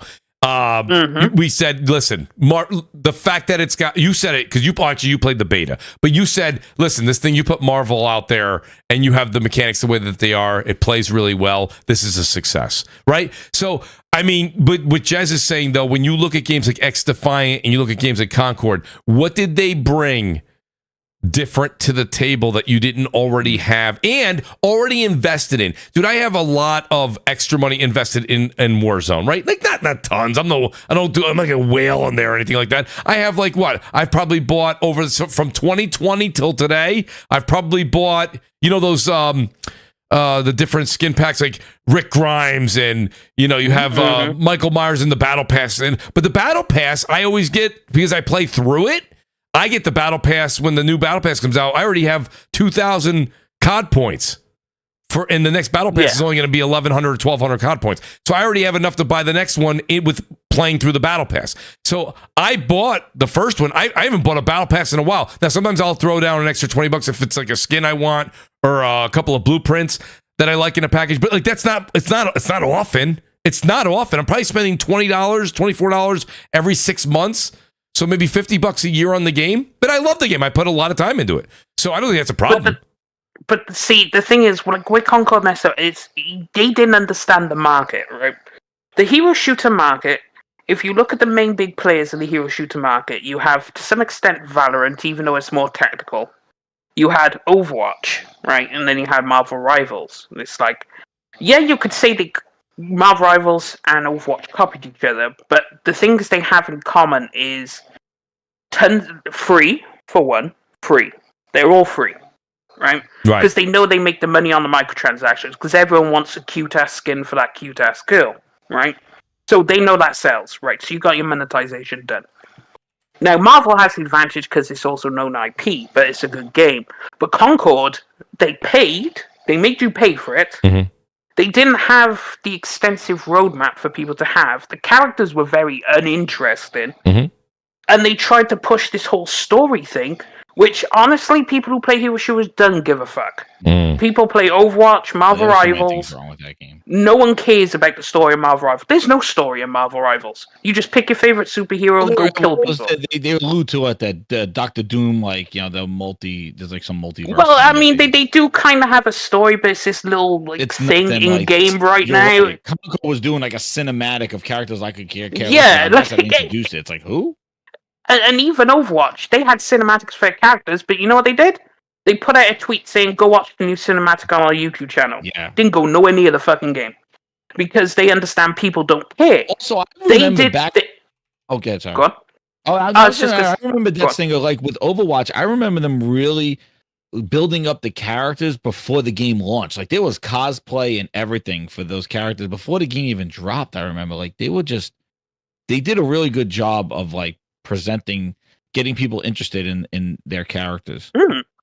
I remember going to PAX and people were dressed up for it, and it was like I didn't even know it didn't even come out yet, and people were like already doing cosplay for it. Even if Concord was successful, like no one's doing cosplay for that. Like when you go to conventions, you see cosplay for like League of Legends characters. You have like Final Fantasy characters. You have a whole bunch of stuff in that game. And then like did the same thing. Like they were introducing their classes from their other games, like from Watch Dogs and from other things. Where like it's like, dude, nobody really cares. Nobody cares about all that. And they had static environments. They were like they were. I hate that. Like I know Call of Duty does it. They got better at it, like with things blowing up and stuff. But like their X-Defiant maps were just like they didn't even move. They were just like Ferris wheel. Like everything was just stagnant. Nothing had any kind of movement to it or destruction to it. It was really. You see that's the thing. It's like you're making a hero shooter. For one, you don't have ultimates. Like that was a big thing. That was and also the maps are too small. Like you look at the Marvel Rival maps, they're nice, long, they're wide, but they're very long. There's plenty of room to maneuver. You could flank. You could go all these other places. Yeah, you get people fly around too, and it doesn't break the game. Yeah, people fly around. There's plenty of verticality in the game. But like when you pop an Iron Man ultimate and you take out the entire squad on the point, you come up from behind them and you just boom. Jeff the Shark, where you eat the people and you throw them off the map. Right? Yeah. And everyone laughs. Everyone's having a fun time. Yeah. But you don't get that with the. So I think they fundamentally missed the mark on what the audience is. The audience is look at Overwatch, do that. That's the audience for hero shooters. There. That's what you do. Yeah. You said like Marvel Rivals is like peak Overwatch. So like when you're gonna come out, you start where that thing was the best, and then you go from there. You can't start below and say we'll get there. You got to start with the reference point and move and advance from there. Mm-hmm. Well, Jay Barry, shout out to Jay Barry. He says to Singer, he says here, Concord had a whole roadmap up until April. So I think that's the one thing, Jay. You know, I played a good amount of it too. Like, again, the game was polished. I thought it was a good time to play the game with friends. I had a lot of fun. But at the same time, I wish they had more modes. I wish they brought a little bit more to it. They had a roadmap of what they were going to provide, for sure. They had new characters. They had new maps coming. It wasn't the maps. I didn't think it was the maps that was the problem. I just thought it was the modes. I need something else. Like, I can't remember, Jez, if it was you who was saying it or Slow-Mo, but they were saying, like, take, for example, Call of Duty, right? Just as an example. They did the DMZ. Then they did the whatever I don't even play. Was it Plunger or whatever they call it? Plunder. And I'm like, they try these things over and over. I don't think they're successful for the most part, but I think they're multiplayer, and I think their battle royale is what keeps them in it. But I know a lot of people. Shout out to James Vincent, who's in the chat. Me and James always say this, and I know a lot of you guys are not going to agree with it. But I think he does make a point. James says a lot of the times he'll say, if you're making a multiplayer game, have a battle royale in there. Have a battle royale in there, and you'll be amazed how long it'll give it legs. I don't know. I think. Concord had, it was very simple. The maps, I feel like the thing not having the ultimates, and also too, people gave the feedback. The time to kill was really off at first. I know they updated it after the beta, and that fixed it because a lot of that rubbed people the wrong way too. The time to kill, like the tanks, just took forever to take out. But yeah, and also they did not do a really good job in explaining the nuances of the game about the carryover traits. I remember I discovered that when I streamed it. Yeah, I was like, wow, that was like, but they gave you like walls of text. Like they basically gave you the user manual to read on the screen, and they really didn't start off with a tutorial or do that stuff. And then everything else with the character design and also too the lack of ultimates and the fact that everybody just had one gun and one kind of a passive trait, and it was very, if you're not going to give ultimates, elite, like you look at some of these people in Marvel Rivals, they got like every button almost being used, like Spider-Man, like he uses like almost every button on the thing. And then there's different ranges of an easy character and a more challenging character. Like Hulk has 3 different phases. Like, so everybody has like cool things. Like Hulk goes into Super Hulk, and then he goes into regular Hulk, and then he could be Bruce Banner. And Spider-Man could do like everything pretty much that he can do. And then some people more melee, some like Captain America, he don't just throw a shield all the time. He does punches and stuff. Right. But then he basically could use his shield to deflect stuff, but then also he also could what else does he do? He does like he could sprint where other characters can't sprint. Same thing with Black Widow. She could sprint, and then they do a super jump. So those are like different ways to get around the levels and stuff. So like it's really good balance they have with 33 characters and superheroes nonetheless to be genuine to their abilities and to actually have it work. I think they've done a great job. Like I'm really was very surprised. I was excited about it, and I always boot it up and add that to like my like kind of like podcast game. I'm listening to a show. I got that, Rocket League and Fortnite, and and also they already did a crossover with Fortnite, which is pretty crazy. Like they're not competing with them. They're like, hey, we'll give you a glider or something in Fortnite if you play 10 absolutely in this. So you see, Jay Barry says Marvel Rivals presentation is way better than Concord. Like how they present the information and character explanation. I was playing with Jay Barry in Persona, man. We had a blast. Oh, were you really? You guys, man, I got to try and how many on a team? 5? Six. I'd like to join that. Yeah, that'd be great. I mean, there's a full team, man. When you have to like change up the characters and do that stuff, it was fun. I mean, I'm playing ranked with the guys, and it's so much fun because obviously everyone gets a bit sweaty in the rank. Oh yeah, right. I can do rank. But so it's like you run the team combat. That singer, we know you're playing on PC. Are you playing keyboard and mouse, or are you playing controller? Oh no, I'm playing controller. Because like same thing I did with Overwatch. There's cross progression too. Yeah, there's that too. But it's like when you play it and you get a team and you team up. You're like, okay, you two go healers. Wait, are you better DPS than me? Okay, cool. I'll go tank. You go DPS, and then you just turbo stomp, or you get turbo stomped in return. And it's just hilarious because you have like Jeff, who just uses his ultimate, eats the entire enemy team, dives off the map, and then he captured the. And he could do his own team as well if you're around the area. Yeah, he could, and spit you out with the group. And it's like all the ultimates go off. See, that's the fun I was missing in Concord. The sound design, Death Singer, the sound design, when they have their ultimates, when you hear Wanda going, I don't know if she says, she's like, ultimate, like she goes crazy, they stand out the sounds, just like Overwatch. But like, an ultimate's coming, you're like, oh shit, Wanda, because she vaporizes you. Like, if you the thing is, you can't see her normally. Like a good Wanda will hide her ultimate. But you could hear it, and as soon as you hear it, you immediately run the fuck away. She throws hers. Yeah, or it's like if I'm playing Magneto, I hear Wanda doing her ultimate, and then I tell everyone, get behind my shield. And then when I see her, pop my shield, block it. Or if Iron Man does his ultimate, like it's kind of telegraphed, but it's still hilarious because people don't see it coming. I don't know why. Like you could hear the ultimates and whatnot, and the voice lines are pretty funny as well. The way the character interactions are good. Like when you have Spider-Man and Venom on the same team, and Spider-Man tells Venom, it's like, yo, Eddie, we good? You're not gonna attack me? Not use your tongue? And then Venom's response is, I will try, Spider-Man, but there's no guarantees. And it's like, see, because Venom's always that way with Spider-Man, and they have even the character interactions down pat. Like, even cross franchises, like an X-Men character talking to, like, Captain America. Like, it's really, really well done. Wanda, like, about her, like, about their relationship. Because I forgot that they were related. Yeah, it's like when Loki speaks to Namor, and I find it hilarious, because Loki was like, oh, how does it feel to be, I'm the god of the sea? And he's like, I bow to no god. And I was like, that's hilarious. And Star-Lord's really good, too. Star-Lord's great. He has some crazy moves. You guys have definitely, listen, this is probably the best sales pitch I've ever heard. Game. It is fun. I love, and it's great. You're familiar with all the characters, and it's free to play. So how do you really argue? How do you argue? One of the things, too, is free to play. It worked on day one. Right. It wasn't like we weren't expecting this with server backlogs. There was no bull. That's right. It launched that day. I was in like 10 minutes and you download the game and booted it up, and it has not stopped since. You click on the game, you're in it. So like it worked, which is crazy, is that games that we pay for and even early access. I went on a whole rant about this, about like how we pay for 5 days early access, 3 days early access for an online game, and we're fighting servers and waiting for server updates. And this is supposed to be my like bonus. I paid extra for this access. And it's like, well, servers are not there. The patch is not ready yet. Like, sorry, but not sorry. Yeah. Exactly. It's like, come on, what you pay extra to get the game early, but you don't want to get like a pre-release. You're not beta testing this shit. Like no, this game should be a full product. I play full product early.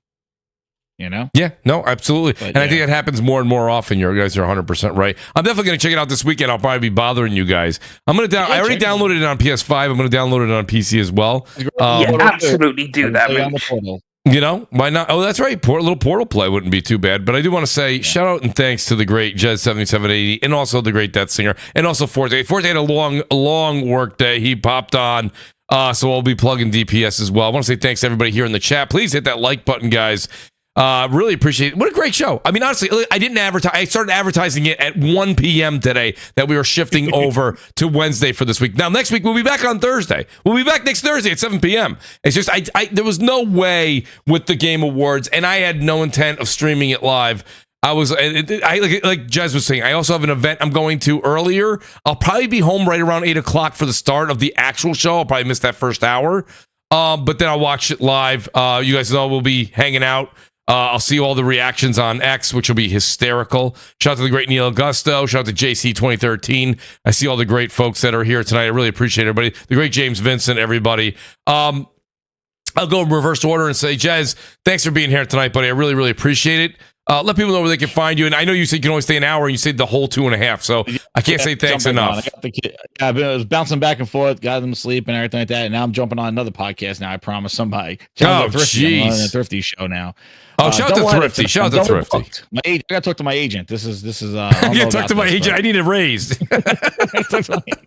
A double book podcast tonight. No, I appreciate it. Yo, I owed it to you, man. Thank you so much. I know you've been asking me, and it's just like the 7 o'clock during the time. It's just sometimes I could kind of predict that it'll be good to jump on, and sometimes I'm like, oh man, nah, I can't do that. But I always listen though.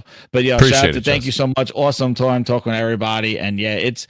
Hopefully the Game Awards do deliver, and we have some great announcements to talk about leading in the end of the year, going into the early next year, because it was a great year in gaming. And, I do hope the Game Awards do reflect that as well. There's not a lot of doom and gloom about the shit, and, talk about the games and celebrate the great games that did come out this year, but also give us just release the Kraken. Let us know.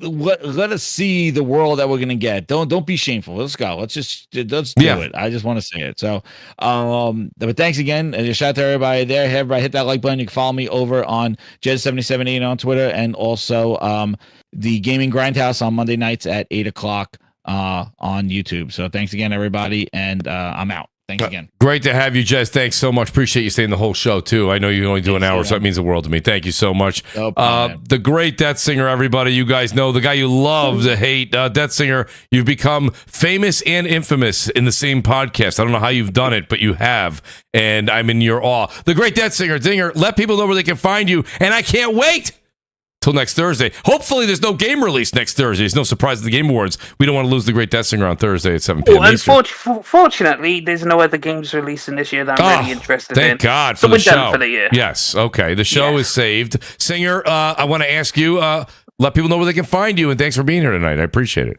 Hey, no problem. I love coming through. I skipped last week, but I was like, at Marvel Rivals Day 1, I was with the boys in the Discord. We 6-stacked and was like, yo, we're ready to go. Let's fucking go.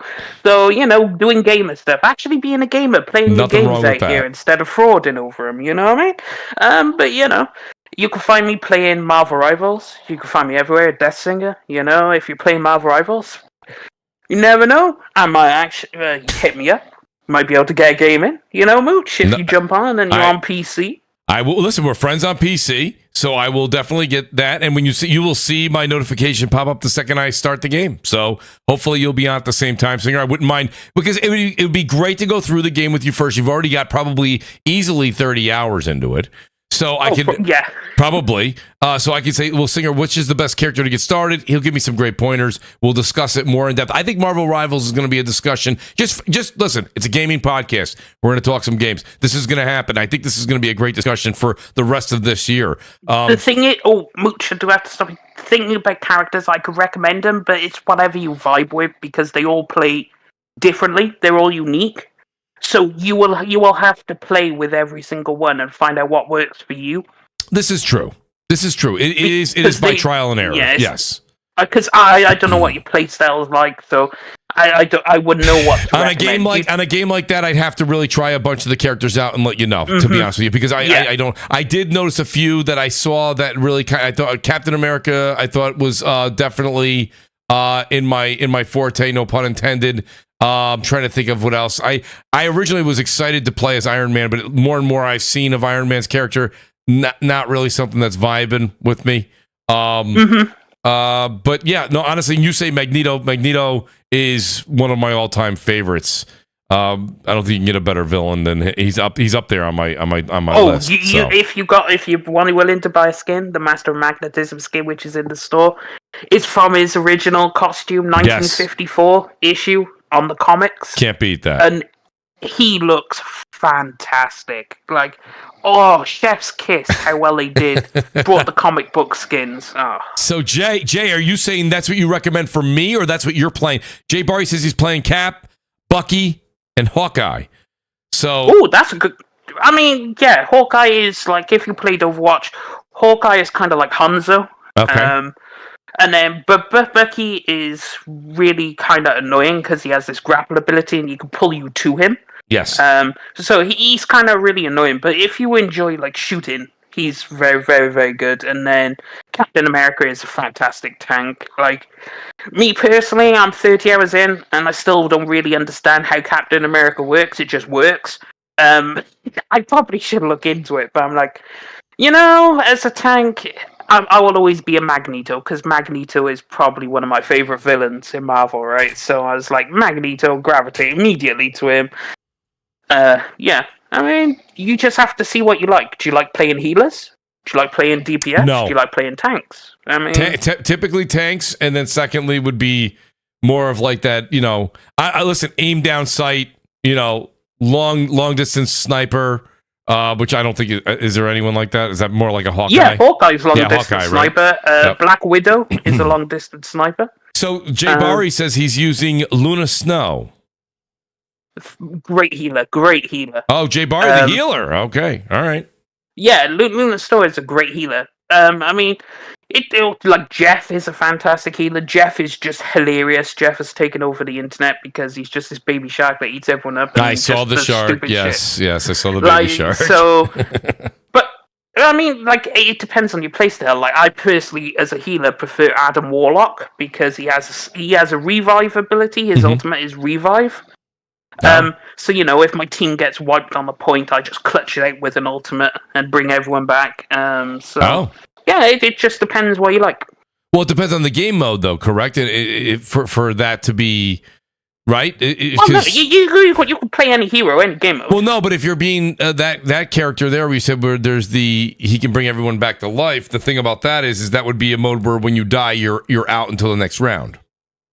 No. It's just if you're clutching at a point, like it's a clutch mechanic. Like let's say we're pushing the payload, and we're like 10 meters from the point, right? Okay. And it's gone into overtime. The timer has run out, and then Iron Man just kills 4 people randomly with an ultimate, right? Okay. I'm like, if I die here, the game's lost. It's over. Yeah. I pop my ultimate, the game's now won. Got it. So it's that kind of thing. Because now it's 6v1. Yeah, so it's like it's a clutch ability. It's not an ability you use just willy-nilly. It's like you have to pick the right time to use it. That's why his difficulty level is 3 stars, I think. Yeah, because this is interesting. You have to pick the right time to use his ultimate. So. No, it's great advice. I appreciate all the advice because we'll definitely get on. Singer, I'll make an effort to link up with you this weekend. I do want to give a couple shout outs to the guys that couldn't make it. Shout out to BRAP. BRAP's going to be doing, he had something come up. He couldn't even do BRAP tonight. So he's going to do BRAP Friday night. I think he said 9 p.m. Eastern. That's at BRAP_podcast. Shout out to the great Slow-Mo Backslap. That's at Slow-Mo Backslap. And he's going to be doing DPS with the Great Gaming Forte tomorrow night. Okay. Forte stepped away from his microphone. That's why we are, I'm doing the plug for Forte. Shout out to the great Forte, Gaming Forte as well. It's at gaming_Forte. They're doing DPS. They're doing a live stream of the Game Awards. Go over and check those guys as well out, as well as the great Jay Barry and Persona. The Whoops guys are doing their live show, which I tip my cap to you guys. Wow, 4.5 hours. That is a lot of podcasting and over a show, which is unbelievable. The great Crap Gamer, who had to leave early as well, he was a little under the weather and still did the show. The show must go on. The great Crap Gamer, that's at _Crap Gamer. It's Crap Gamer Reviews. Go over and check him out. And Nib, shout out to Nib95. Nib wrote me earlier. He goes, Mooch, I am so sorry. I'm not going to be able to make it tonight. So hopefully we get Nib on next week. And we'll make up for some old times there, for some lost time. That being said, guys, we'll see you next Thursday. That's the old Mooch talking there. We'll see you next Thursday, 7 p.m. Eastern. Hit the like button on the way out. Hit the subscribe button. I saw a couple of people subscribe. Kalilis, and I saw also EATT, Eat. Appreciate the subscriptions, guys. Means the world to me. We'll see you next week. Enjoy the game show. We'll talk more about it later. Peace out. Good night.